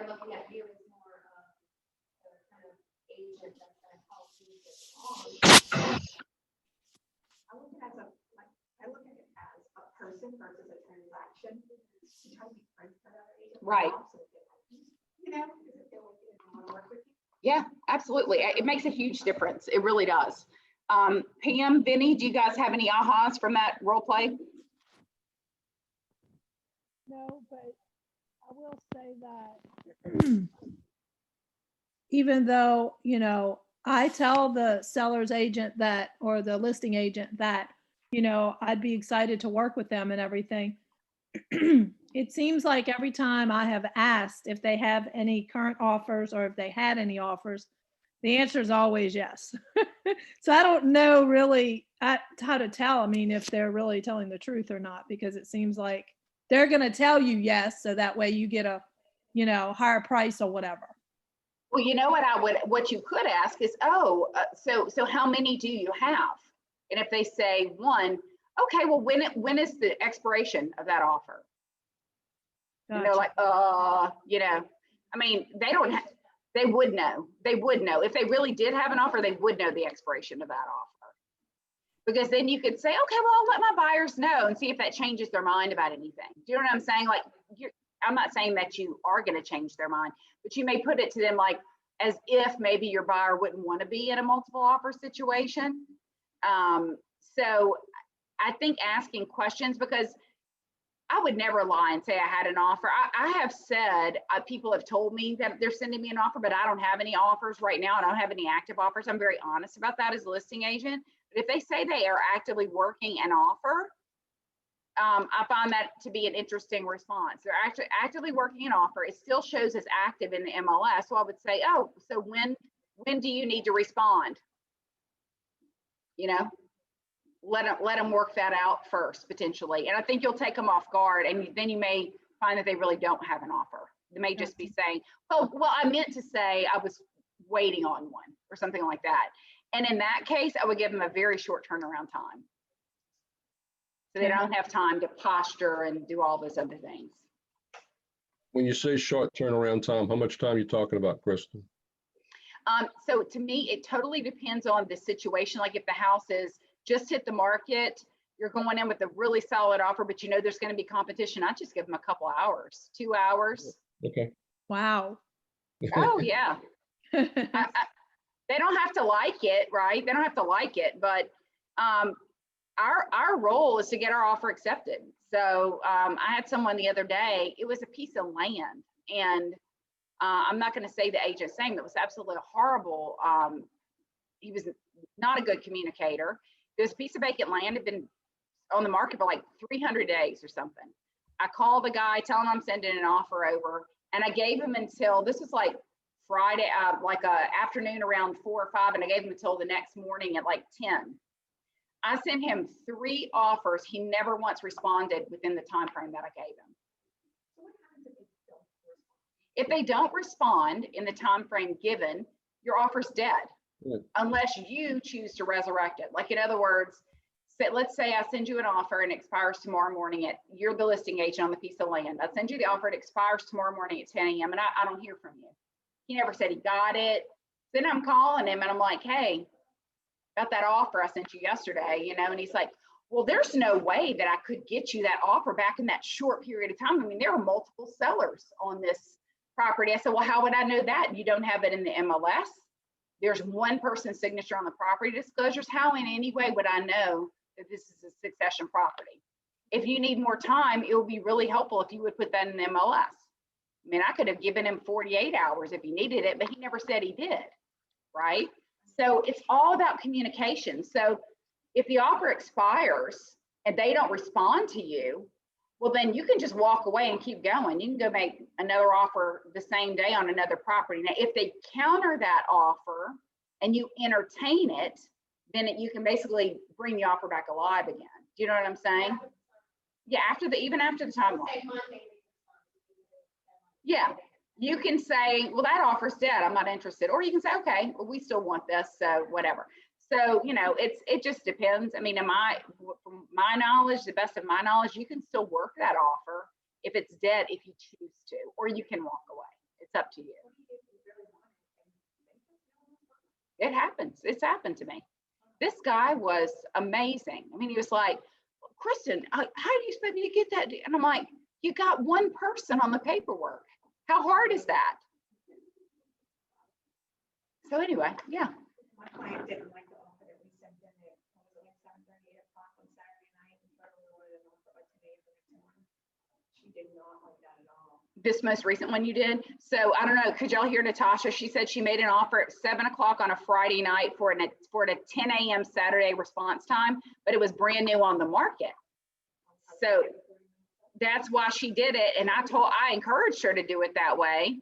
They did not like it, but now she's under contract. They don't have to like it, you know, but it's like, look, but look, as on the listing side, so I'm going to keep switching back and forth. I hope I'm not confusing y'all, but I'm just giving tips on both sides. As a listing agent, we have to advise our clients that sometimes their first offer is their best offer, right? Sometimes they want to wait. Well, just at the Kristen, I just hit the market. I don't want to take the first thing. If the terms are good, the offer is good, the financing looks solid, you might want to take that offer, okay? Because you may not, who knows when the next offer is coming. And don't, I hate to use the word dicker, is that a good tinker, whatever word you want to use, over $500, okay? $500 to $1,000. Let's tinker. This is being recorded. It's probably not good for our tinker. Don't tinker with, don't bicker over. Let's rewind that and start over. Haggle. Take two. Don't haggle haggle over $500. over $500 or $1,000. You know, in the grand scheme of things, I had someone with the 5 offers and the 2 backup offers. We had a delay in closing, and all of our people had since moved on. All of our backup offers, which rightfully so, you know, it took 30, 45 days to close. My seller's like, Kristen, if they don't close by 2 o'clock tomorrow, we're moving on. And I'm thinking, I don't know who you're moving on with, because it will not be me. Like, we'd come all this way and they were mad because the closing got pushed back a couple hours. We're moving, this is ridiculous. We're not going to stand for this. And I'm like, well, you can move on, but everybody that wanted to buy your house has now bought something else, and I'm not going with you, right? Because that's ridiculous. There are delays. We need to prepare people for delays within reason. I mean, yes, we're not happy about them, but we work through them. So I told them, guess what? We can go back on the market tomorrow, and you are at a minimum 45 days from closing. Is that what you want to do? Because if we got an offer tomorrow, you're 45 days from closing. I think you better wait till 3 o'clock today or tomorrow, whatever. I mean, they get just ridiculous about it. So we just, they want to exert their power, but you know, we have power too. And our power is not to stay with a difficult client if we choose not to. Yeah, Sometimes it's not one. we can proactively tell them that once it's in the hands of the title company, if there's something held up with the title, that's not something we can control. So they need to understand that it is in the works and they are working on it, but sometimes there are delays, and that's something that we don't have control of. True. And we also, if we are the listing agent, we have very little control over the lending side. Now, we can stay on top of it, which is what I did. You know, we can call the lender. In this situation, the lender wouldn't call me back because she knew she had like dropped the ball on a couple of things. She was the reason we were delayed, and everybody was angry. And I understand that frustration and anger. I really do. I understand it. But that doesn't mean that I can't push the lender, even if they're not my lender. They're the buyer's lender, but they're holding up our closing. So you can pick up the phone, you can call the lender, you can do everything that we can do, everything we can. There are things within our power. We can push, we can call, we can ask questions. We're within our rights to do that. It's our transaction too. But in terms of sellers that threaten, well, I'm gonna go back on the market tomorrow and forget this. I'm sick of this. And I tell them, you know, another phrase that I learned early on as an agent that I love is when things get heated and they want to say what they can do, you know what your answer is? Well, that's an option. Even though what you're thinking in your head is you're crazy, what you say is, well, that's an option. You know, so Kristen, I'm not doing this. I'm going back on the market tomorrow and forget this. And that's an option. But you need to understand that if you do that, you'll be at the very best case scenario, 45 days from another closing. Is that what you really want to do? Probably not. But let them know they have lots of options. So do we. Let them know what their option is and then what that really means. You do have, yes, that is an option. But let me tell you what that means. Okay, representing the seller. So we're going to move on. I'm going to move y'all, move my little screen over. Okay. So representing the seller. When we represent the seller during an offer situation, you have a duty to understand the offer you're receiving so that you can accurately present it to your seller. The goal with any offer is to come to an agreement that will satisfy both parties. Again, always a win-win, regardless of which side you're on. So we're going to receive the offer, gather information as representing the seller. We'll receive the offer, gather information about the buyer, present the offer to our client, and respond to the offer. So first and foremost, we want to thank the buyer's agent for the offer. Thanking someone for presenting the offer is a small thing that goes a long way in your experience with the buyer's agent. As the listing agent, so we're putting on our listing agent hat now, you'll want to learn as much about the buyer making the offer as possible. On page 10 of your participants guide, you will see a list of questions you can ask the buyer's agent to get to know their buyer. Okay, so on the participants guide, we can talk about, in the participants guide, it talks about questions you can ask the buyer's agent about the buyer so that you can present all this information to your seller when you're presenting the offer to them. So how long has the buyer been looking? That's one question you can ask. Have they been pre-approved by a lender? Now, we're doing our work on the other side, so they already know we've been pre-approved by a lender, but as the listing agent, if not, you want to ask that question. Do they have a home to sell? We would see that in the contract. If they're from out of town, why are they moving to the area?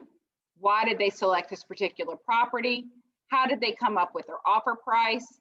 Have they made offers on any other properties? And if so, what happened during those negotiations? So these are questions that you can ask as a listing agent of the buyer's agent. The more you know about the buyer, the better prepared you and your seller will be to respond to the offer. Also, the more you know about the buyer, the better the likelihood of knowing how they'll respond if you counter their offer. Okay. I've been in situations as a listing agent where I have advised the buyer's agent about various types of financing that the buyer's agent had absolutely no idea about.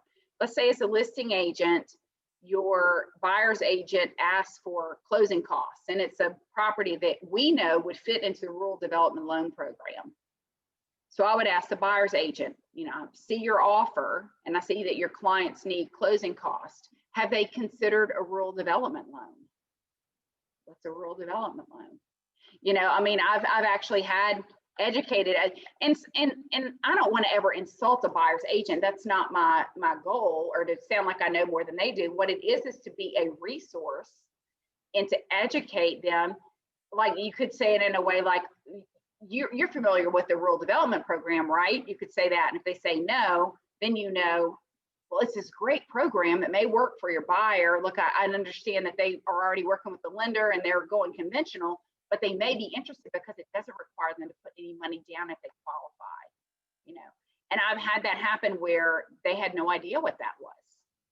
So it actually, the deal actually went through as a result because they didn't end up needing closing cost because of the price of the house, their income, it all worked out. And if I wouldn't have said anything to help educate the buyer's agent, we may not have been able to come to terms. I have a question, Kristen. Yeah. It's related to RD loans, but like I've noticed on the offer letter and several other places where we have to have documentation, of course, it doesn't say RD. It gives you an option for conventional, FHA, veterans, or whatever, but I don't ever see RD. Do we put conventional then, or do we click other and put in RD loan? I thought that the new purchase agreements had RD. Am I wrong on that? Well, no, you might be right, but Yeah, I would select other and put our rural development in there. okay. Okay, that's what I wanted to know because I really wasn't sure. Yeah, because RD is not conventional. That's a government-backed loan. So I would just put other and put RD. And, it matters, educating ourselves on the financing aspects of it is a big deal too. To know that VA loans are 100% financing, but they can be more challenging on the inspections and the appraisal. The appraisal for a VA loan is like an inspection in many ways. So yeah, and FHA too. Yeah, anything government backed. RD can be a little bit more challenging too. So the more we know in all areas, we can't know everything about every topic, but just to know enough to advise, because that's what our lenders are for. But it helps us to know when we're advising a seller on the different offers that are coming in. I'd take a conventional over an FHA. If the terms were all the same, I prefer a conventional loan, but because turnaround times can be faster. So it's good for us to know about these different loan programs. So before we go on, the next thing we're going to talk about is presenting the offer. And I wanted to just give everybody a 10-minute break. Maybe you need to get a drink, use the restroom. So we'll come back. Let's come back at 10:40, and then we'll continue with present the offer. Okay. I'll see y'all back in a little over 10 minutes. Which one was this? Awesome. Good deal. I'll probably need your guidance again on what to do with the closing stuff. I need to write it down. The last one was just so fast. Absolutely.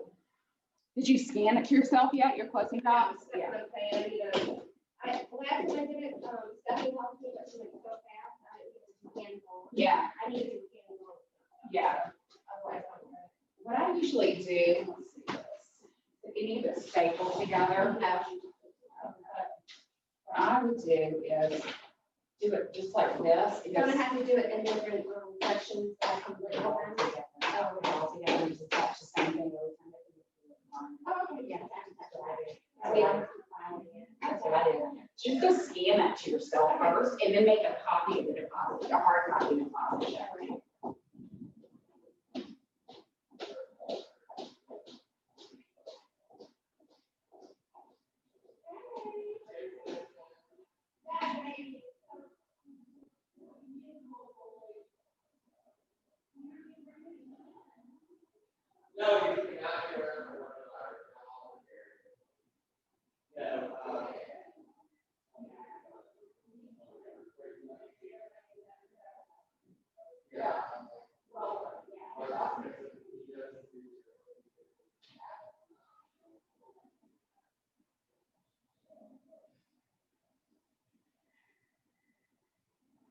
Isn't that funny?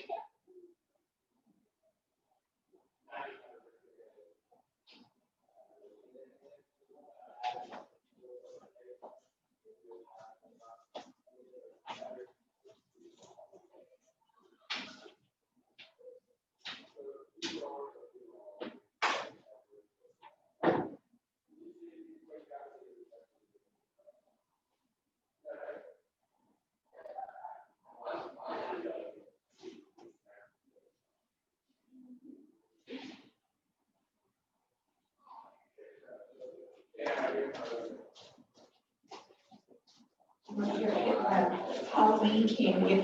I have Halloween candy box up to donate because my husband said get it out of the house.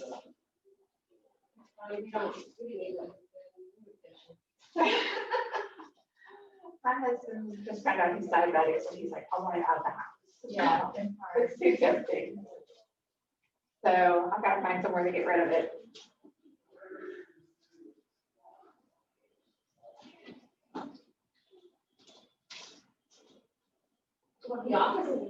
Hey, good morning. I'm good, how are you?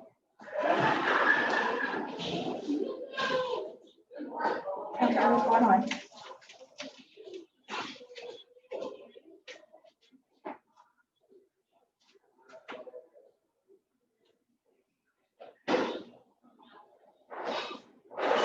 Okay, so what time, okay, all right, I'll check it. I want a 10-minute break in the meeting right now, so I'll check that out. And see what else you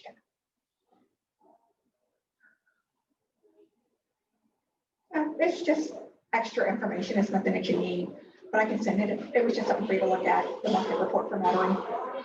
What houses are selling for, how long is they on the market. I know you like data like that. All right, I'll send it to you again.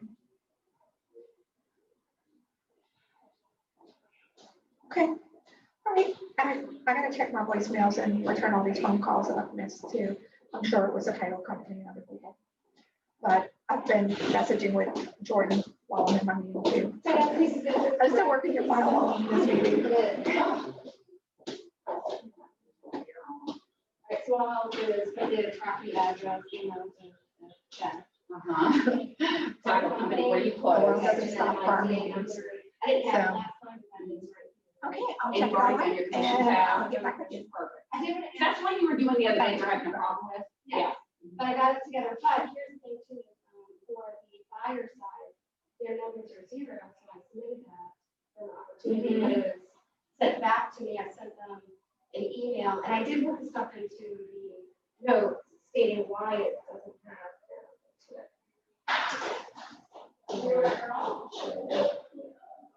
So yeah, I did put I am helping the buyer.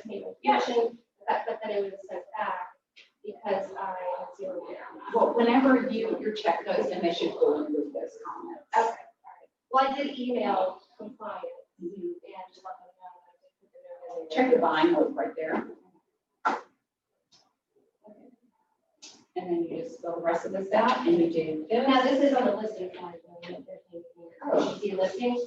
That's a listing section on my commission. Which, in your commissions tab, is it listing or buyer? For this.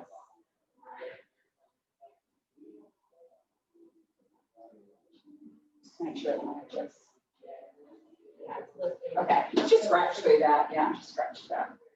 Yeah, and then you just attach that and that, and put it in the thing over And then there. I've already scanned this stuff in. Yep. And then that's just gonna be your closing. And then scan it all in one file. I just attach it to everyone, that's what I did, I didn't separate that. I mean, I feel like I used to do it that way, but it's so much harder to separate documents in DocuSign, we gotta turn the air on. I thought it was warm when I walked Oh by. my gosh, I know, what happened? So I'm gonna tell you, my inspections were lined up inspections for this house. Uh-huh, where's the remote for the thing? Is this it right here? Yes, I'll come get it. And the listing agent plans on being there for our inspection. Seriously? I'm like, does she have to be there? Like, I can't tell her no, right? Well, They don't have a lockbox on the door. she doesn't have a right to be there when they're going over the stuff with the buyer. Though. She's not paying for that, your buyer's are paying for that. Right. I'm really aggravated that she's like, okay, I'll see y'all there. I'm like, "You're gonna be there again." That's awkward, I've never had anyone do that. I don't like, she shouldn't be there. So what can I do? I can't tell her to go away. But, Maybe Linda wants to come with me since she's old school.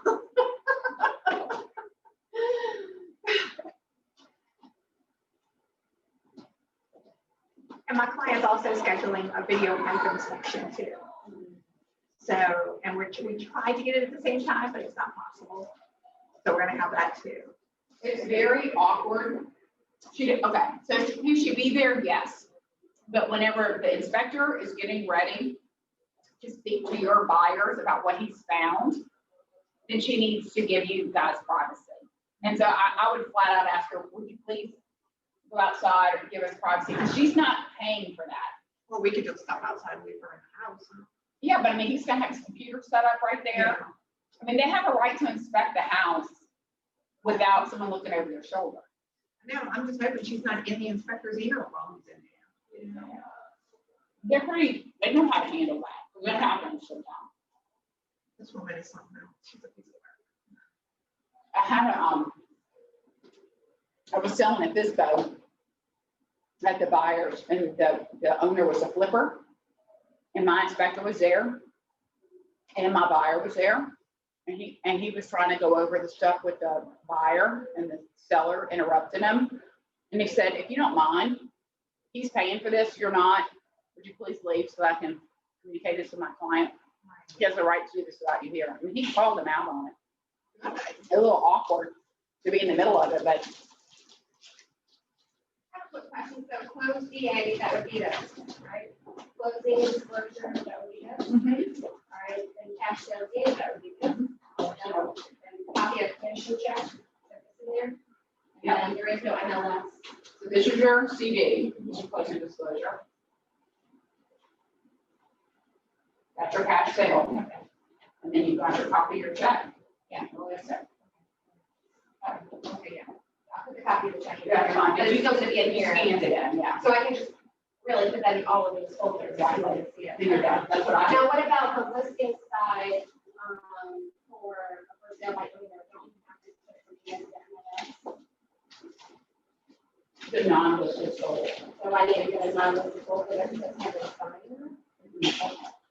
They've already put a sign on the one client. All you're doing that for is for comps, to allow other people to see what it's sold for. What did you put down? Non-listed sold. It doesn't require as much information as a listing. You also do it so you get credit for the sale. Okay. You know what I mean? In the MLS. And where do I find, and it's just in the documents, right? I think it's in the input. Well, we can talk about it afterwards. I'll look it up for you. I had to do it before, so I'm sure I can figure it out again. And then that has to be pulled through DocuSign. When you do submit into my stuff. It has to be up there. You have to have the sold MLS. So yeah, you probably would need to put it in, the non-listed sold, mark sold, and you know what I'm saying? That's one of the documents that you need to pay. Now you got those complicated deals. I know, I have every single crazy non-regular thing. Happens to the best of us. An easy one. I don't know that there are any easy ones. That's my experience anyway. All right, it's 10:40. We're gonna get started again, presenting the offer.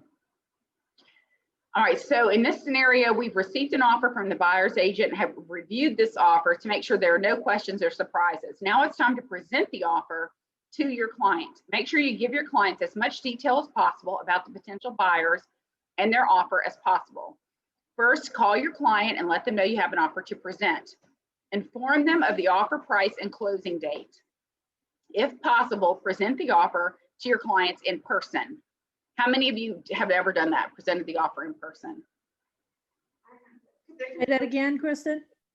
I was saying, how many of you have presented, Vinny has, presented the offer in person Oh, to the seller? If you were bringing them an offer, presented it. I have done it. They were older. It was an older couple both times.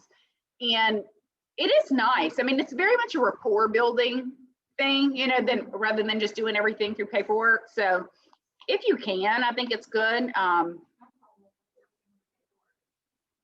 Yeah. Yeah. Oh, this is if they're your client. Yeah. Oh, okay. Yeah. Yeah. I was in the same situation also. I was an elderly client and 5 minutes from my house too. So they were close proximity to my house. Yeah, exactly. Yeah. And I had one, both of the people I presented to were both in Mandeville. I live in Mandeville and they were both older. So it was just, I didn't mind doing it. And it was just something they liked the in-person. So it's whatever. Some people are fine doing it the other way. It's just really whatever they want, Just bring your laptop or tablet if you go in person, review the offer, response deadline. Sellers out of the area, you can still present the offer using command and talk to them by phone. Keep the tone of the conversation as positive as possible. Never criticize the buyer, their agent, or their offer. Explain the offer, discuss the days on market, number of showings, and review an updated CMA to put it in perspective in case if they have any reservations on price. If they want you to kind of say, what do you think of this offer? Do you think this is fair? You can show them the data, show them the CMA, show them the market report. You can find scripts for presenting an offer in the Elementals script book on page 21. You'll see I keep going back to that. Elemental script book, page 21.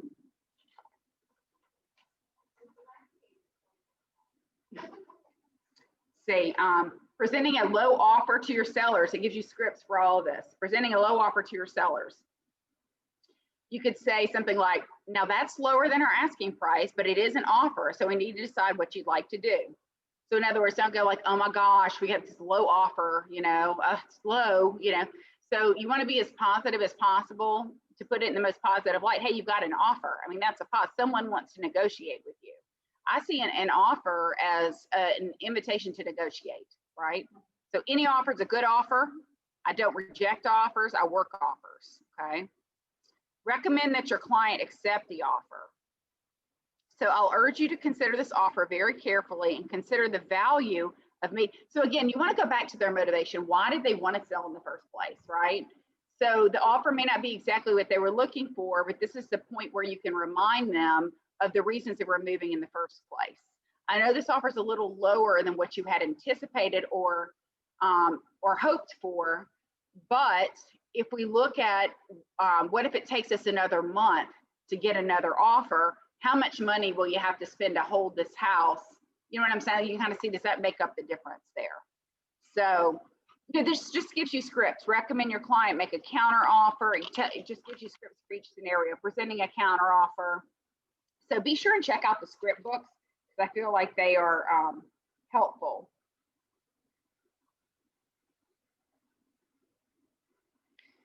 So I'll go through the steps again. So you present the offer in person if possible. Use command to communicate the offer if they're out of the area. So that's notifying the seller. Then you update the CMA, put an offer into perspective given the current market. Also use your market reports.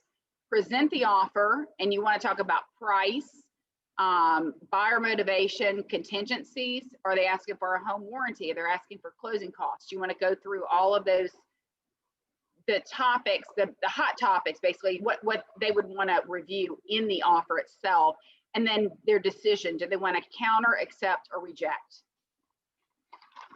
And again, I never recommend rejecting an offer.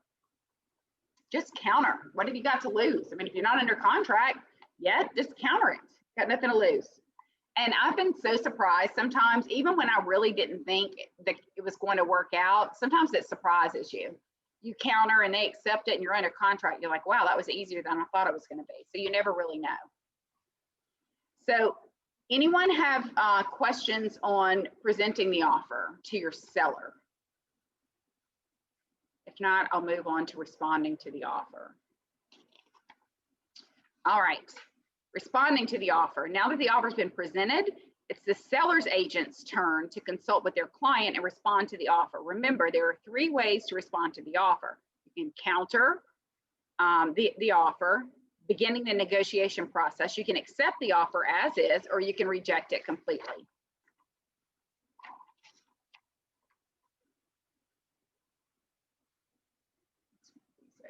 Okay, so reaching a decision. So as a seller's agent, it's now your duty to help your client come to a decision about how they would like to proceed with the offer. You've examined the offer, you've explained the positives and the negatives.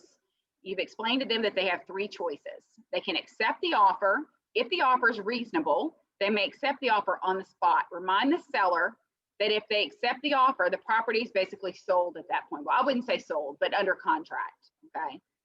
They can counter the offer and consult with your client to determine a reasonable counter offer amount. Write the counter offer on the contract or prepare a counter offer form and have the seller initial it. A counter offer is in a sense rejecting the original offer and replacing it with other terms. When is a good time, when is a good idea to counter and when is it not a good idea to counter? So when is it a good idea to counter?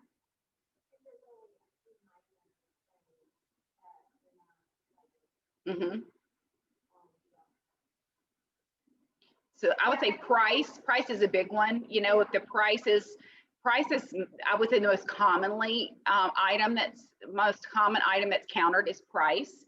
But think of, there are many things that you could counter to make it a better offer for your seller. You could counter on, look for the loan application date. Make sure that they're moving forward with the loan process in a timely manner. You don't want anything over 3 to 5 days. How many days are they putting in for an inspection period? You don't want anything more than 14, because all this can drag out the process, because in the inspection period, you've got 14 days. If they wait to the last day to submit the responses or whatever, then it's 72 hours on both sides after that. So you're looking at another 6 days. So there are things other than the price.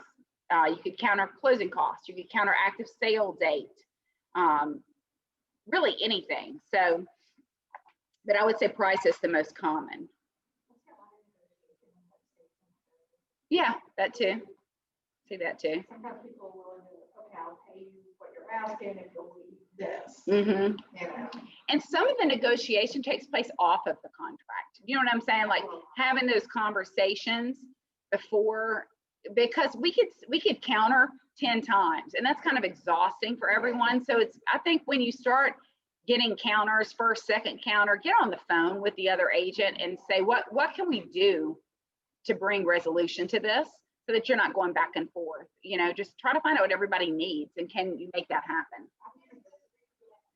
You can submit what they call a clean offer, where once you realize what everybody really wants, then you can write the offer again based on the back and forth, and just make it a clean offer without all the counters. Sometimes that's easier. You just basically redo it. And so, yeah, so you don't really have to cancel it out. It's really replaced.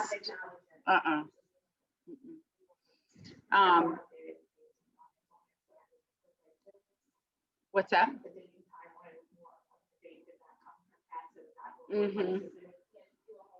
So this is a haggle. Here's the word haggle again, Pam. It's helping me out with my language. Staying in culture. What are the risks of haggling over $500? Do y'all know that people usually lose deals over $2,000 or less? Most deals are lost over $2,000 or less. Yeah. You know what usually happens? We end up paying for it usually somehow. The agent ends up coming out of our pockets away. But most deals fall apart over $2,000 or less, which is crazy when you look at the big picture of everything. And so it's really our job to educate them. How badly do you want this house? You know, can you let this go, or can you let that go? Or, you know, it's really just trying to make it work. And sometimes people just want to put their heels in the sand. And I get that, but then we have to have that conversation. Are you willing to lose this house over $500?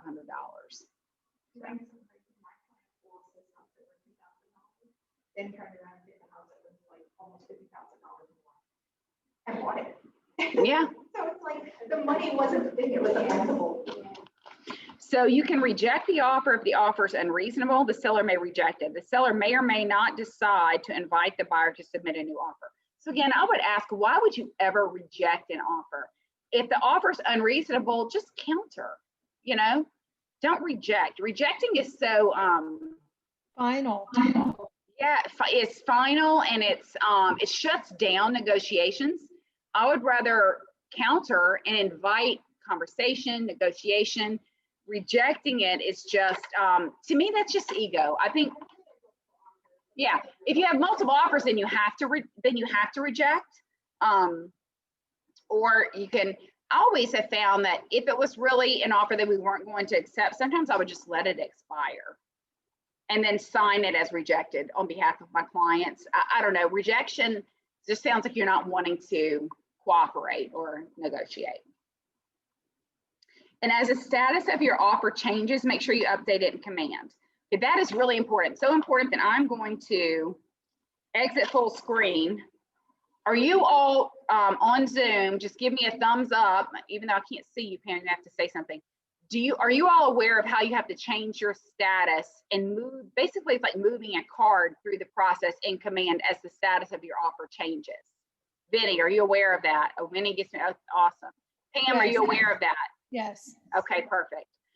So the thing that's come up recently with some of my coaching clients is that they're waiting to get paid and they don't understand why Jill at the front desk is like getting the checks ready, but she can't see their transaction.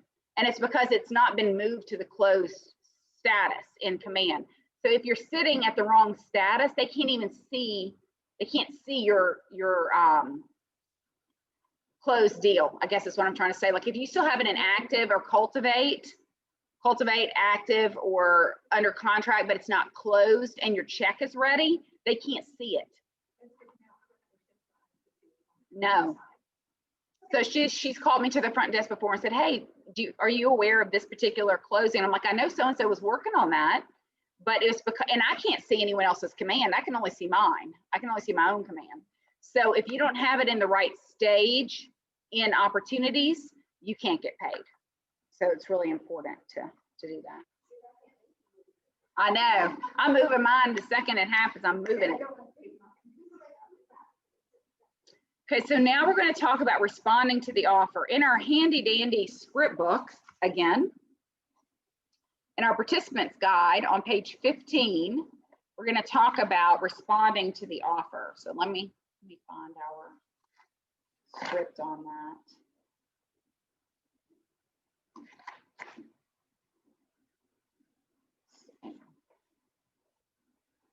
Give someone a here. All right.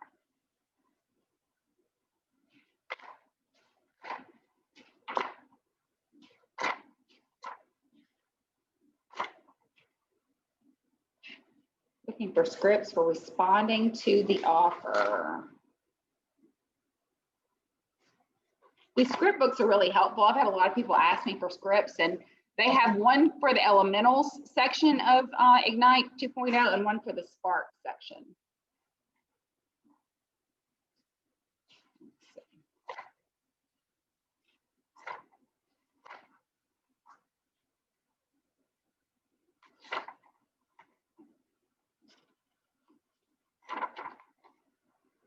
So responding to the offers, let's see. All right, so who can tell me, we're just going to backtrack just a little bit on this. Who can tell me how they would respond to, how would you present a low offer to your seller, Renee? The low offer. Mm-hmm. Just pretend I'm your seller and just make it up. Mm-hmm.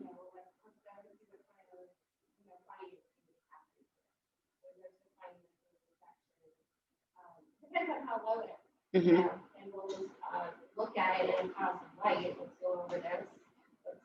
Let's maybe see which areas are good, which Mhm. areas we're not liking, Mm-hmm. and let's just go over it and let's counter if it's counterable. Mm-hmm. But I would rather do a positive light on everything, kind of get an overall view of what the offer is, Mm-hmm. and go from there. So focusing on the positive first, setting it up in a positive light. And it's going over the whole thing. I don't want to get stuck in one section.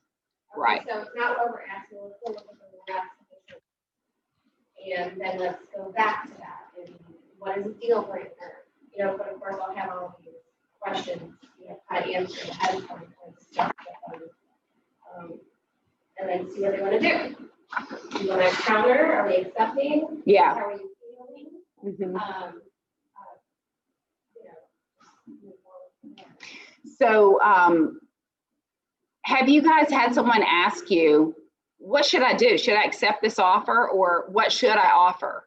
So we get these questions, and that's really not our role to make those decisions for, yeah, you go back to the data, and guide them to their own decision, okay? It's very similar to coaching. You want to guide someone to their own observation, their own resolution. You want to guide the buyer and the seller, whichever one you're working with, to draw their own conclusions from the data that we're providing. We're giving them the information. We can make a recommendation. It's just like when you go to a doctor, you know how now they can't tell you to have XYZ surgery. They can't do it. They can't say, Renee, you need to have your appendix out, right? You almost have to say it yourself. Do you know what I'm saying? That's just the way it is. They make you say it. We have to look at it in the same way with our buyers and sellers. We have to guide them to their own decision, because it's not our job to tell them what to offer. It's not our job to tell them to accept an offer. We can say things like, well, you know, given the data that I have and looking at their offer, if I was in your shoes, I would really consider it. Do you know what I mean? We can lead them a little bit in a stronger way, but we never want to tell them what to do, because you know that if we do, can come back and what? Fight us big time, right? So we never want to tell them, we want to guide. We want to lead, we want to guide, we want to provide data, but they ultimately have to make the decision. The decision is theirs to make. The offer is theirs to accept. You know, it's really up to them.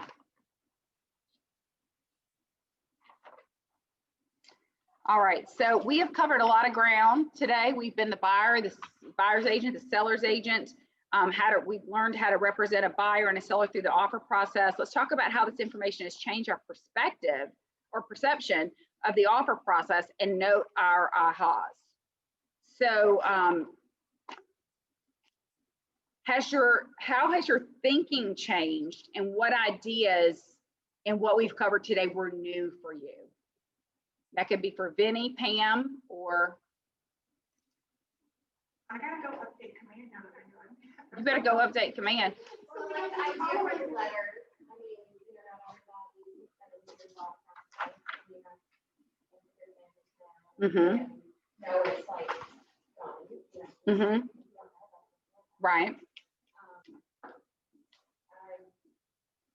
Have more clarity on the process of talking to the agents when I'm presenting the offer. Just so you know, I'm an agent that's serious. Mm-hmm. Mm-hmm.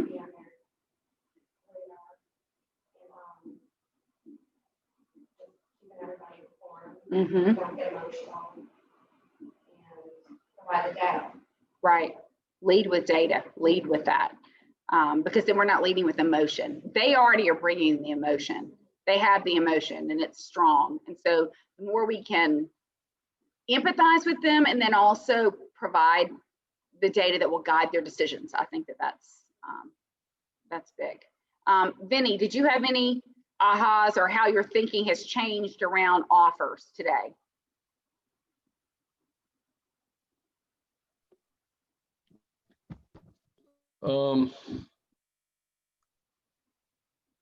I'm still thinking about it. Hold on 1 second. I'm putting you on the spot. Well, maybe talk the right thing. I always tend to overthink things. Mm-hmm. Just looking at what's in front of me and just going with what I know to be true. So that's one thing I need to stop doing, is overthinking things and just go with the data. So Mm-hmm. that's one thing. Okay, good. I'm pretty much everything you covered today. I'm pretty much doing that, especially with this last one I did, the most recent one I did. And I did it pretty much all on my own. So Oh, you know, good. pat myself on the back for that one, but it went well. So, but Good deal. But this is good today. And any information I can get helps every single day. So, Yeah. Just the thing that I would really stress just about today's class, more than anything else, is just how important communication is on all sides, between the listing agent and the buying agent, between the buyer and their agent, between the seller and their agent. Just the communication really makes the difference, makes a deal good and can make it great. Do you know what I'm saying? I think that strong thinking, always thinking about communicating effectively to everyone leaves everyone with feeling like they've had a better experience. you were talking earlier about that rejection, just letting it go. I would never just my personality. I would never just let it go without making a courtesy call to somebody and saying, look, we're not going to respond. And this is the reasons why. Just a courtesy call. It's just something that you should do anyway. So yeah, we're waiting. You're waiting on a response. So it's rude. It's rude to have to keep calling an agent and say, hey, then you feel desperate. You know what I'm saying? Like you feel like it makes you look desperate, but for your client, you have to find out what's going on, because maybe they want to move on and make an offer on something else. Yep. Pam, how about you? I can tell you that, pretty much everything we talked about, except for the, like the offer, what was it called? The list or something? I'm going to use that now going forward. But also, I'm glad that you confirmed, that it's a good thing to suggest that all offers, unless of course there's multiple offers, but all offers be, you respond, or what do you call it? I'm sorry, I can't think of the word. Countered. Counter offer. I mean, why not? Just because it's low doesn't mean they won't go higher. You don't know that. So I would definitely, I definitely agree with that. And I would definitely suggest that to all of my, sellers. Okay. And so I really recommend that you guys check out the script books in the Ignite resources, the script books, the checklist. I think those are so good. I really, really wish someone would have given me those checklists when I started out as a new agent. Would have made such a difference. When you sit down to write that offer, you don't even know early on what all you need to know. You don't know what information you need to write the offer. And that checklist is so good because it tells you exactly checklists for writing an offer, price and terms, sellers of the property disclosure, what stays and goes with the house, earnest money. It is in your companion guide to today's lesson. I think it's on. So if you go in KW Connect, if you go to the training, where you have all the training resources online, type in Ignite 2.0, and you can find them. All the sessions are in there. You have the participants manual, the script books, the facilitator's guide, all of it's in there. And if any of y'all have trouble finding it, let me know. But I think those checklists would be, if I was even for me now, if I was a newer agent, I would print out all 3 of those checklists and put them in a plastic sheet or sheet protector, and put them where all my information is, where I write offers, because it just makes you look better. You know what I'm saying? Like, okay, so we're getting ready to write this offer. I want to go through the things that we need to talk about so that I can best prepare this offer for you. And then you know exactly what you need. Everything you need, it's all right here. And so it's going to make your job easier. All right, let's see if there's anything else I need to cover.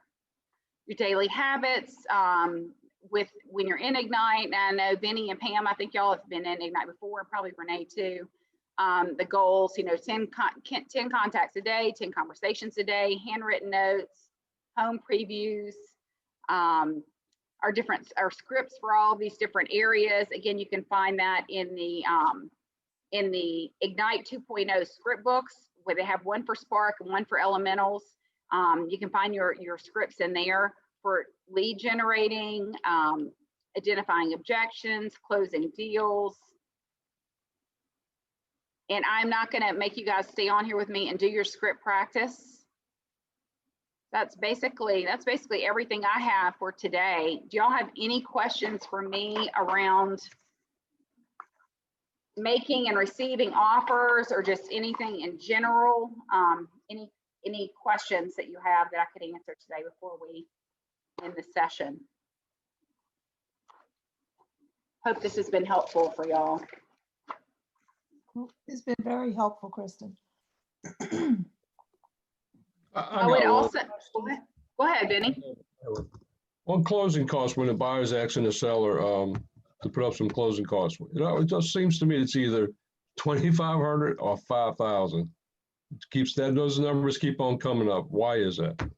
Okay, so typically what I've been told by lenders is typically your closing cost and prepaids are typically around 3% of the purchase price. That's a percentage. Okay. All right. Gotcha. Yeah. That was That's simple. what I've been told. It just seems like that number keeps on coming up. Yeah. Okay, I got And it. so it also depends, as Renee was mentioning, depending on the loan, how much the seller can actually contribute to the buyer's closing costs. But anyway, I've had people across the board lately asking for so much in closing costs. I even had someone ask for $15,000 in closing costs.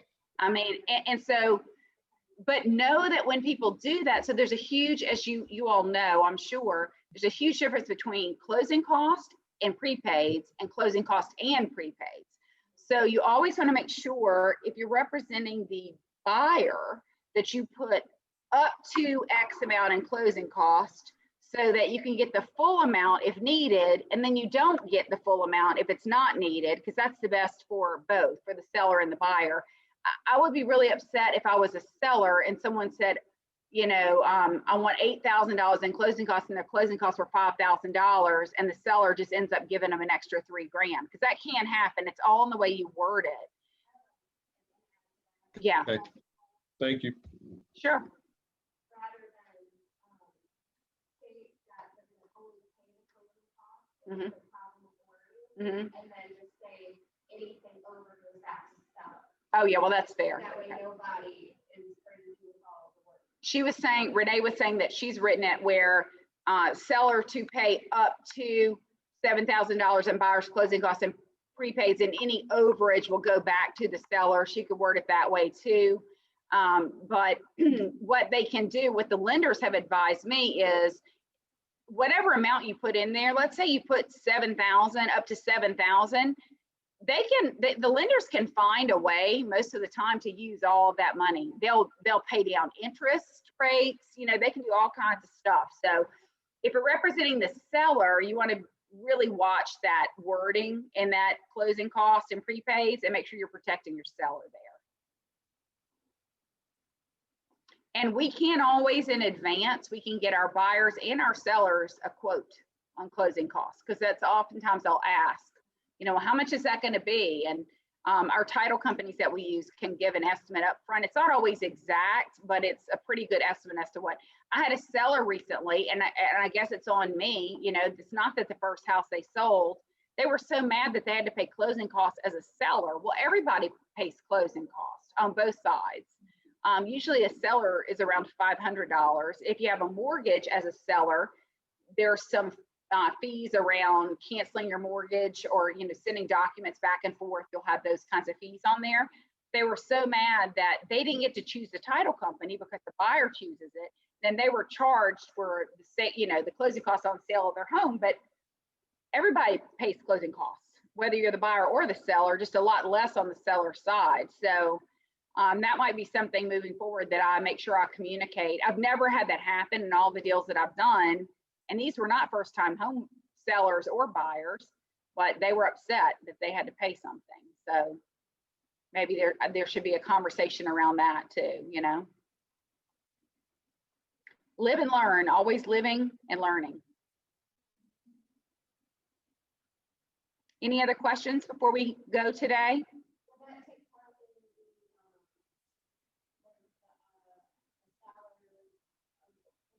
in The net sheet? Yeah.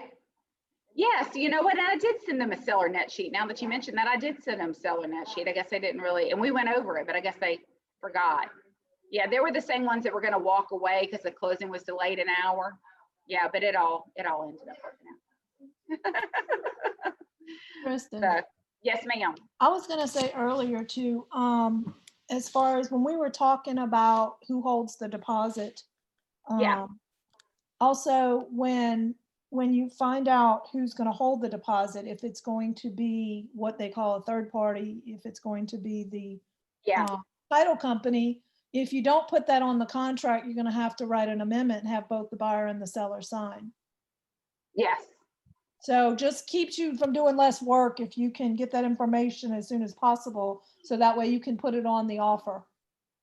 The thing we need to look for if we're writing an offer on behalf of the buyer is to look at the broker you're working with. I know like 1% list, they don't have an escrow account.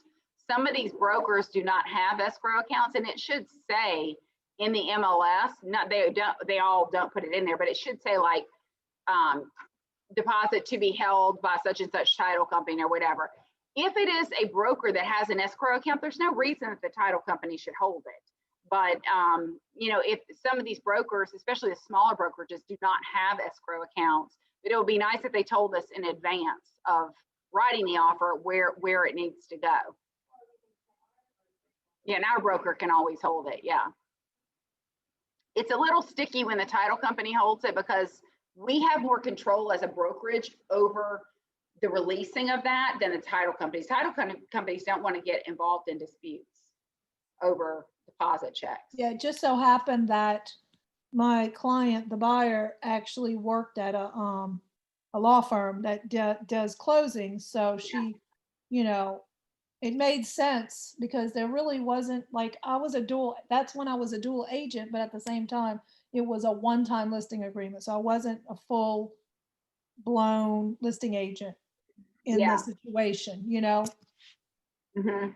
So it worked out that way anyway, but because I didn't put it on the offer, I had to go in and fill out an amendment to the offer to say that the title company will be holding the check, the deposit. Yeah. Yeah. I'm gonna ask this question a lot. Isn't it typically the buyer chooses the title? Yes, company? the buyer chooses the title company, 100%. So like in this situation, my buyer didn't choose the title company. We were told we were gonna use Oh, no, you don't have to do that. Crescent Title in Metter. And he was like, well, my niece works for a title company. I would rather have gone through there, but it was written in everything to begin If with. it was written in the MLS, you still could write it in the offer under additional terms and conditions. Yeah. Yeah, they chose the title company. I was like, well, Crescent Title in Metter. We've had agents get into trouble for doing that because sometimes it appears there's some kind of and I'm not saying they're in this scenarios, I don't know, but the buyers choose the title company. There's no reason for the seller to choose the title company. It's always the buyer's choice, unless the buyer's okay with it. If the buyer's okay with it, that's fine. But it's a situation where sometimes it seems like there's some kind of a kickback going on or something. You know what I mean? Like you're using it because that's who they work with and they give all their business to a certain, but it's the buyer's choice.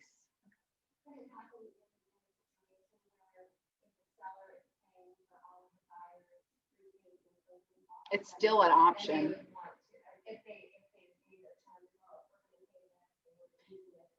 Yeah, and that would be up to your buyers if they agree to it or not. But yeah. I mean, but my point is for it to be anyone other than the buyer choosing it, the buyer has to agree and have that option. They always have the option to say no because it's their choice. Because we understand, right? You would understand why you would want the buyers are the ones that they're financing, they're doing, they need to make sure they have clear title. So it could be skewed if the sellers were the ones, you know what I'm saying? It's just more objective if it's the buyer is choosing their own closing company. Because if that's just the way it works. But we had realtors for a while putting in the MLS, you had to close with XYZ title company. And that's not the way this works. The buyers choose. Unless everyone agrees otherwise, then you're fine, as long as everyone's in agreement. In writing. Exactly, in writing, thank you. If it's not in writing, it doesn't exist, right? And that's what we all need to, it's not in writing, it doesn't exist. If it's not on your calendar, it doesn't exist either. That's right. Very right. And remember the quote of the day, if you want to sleep on it, you'll never sleep in it. Quote of the day. I like that. All right, guys. Well, I think we're done for the day, finishing up a little bit early. I hope y'all have a really wonderful, productive week. You too. Thank you, Kristen.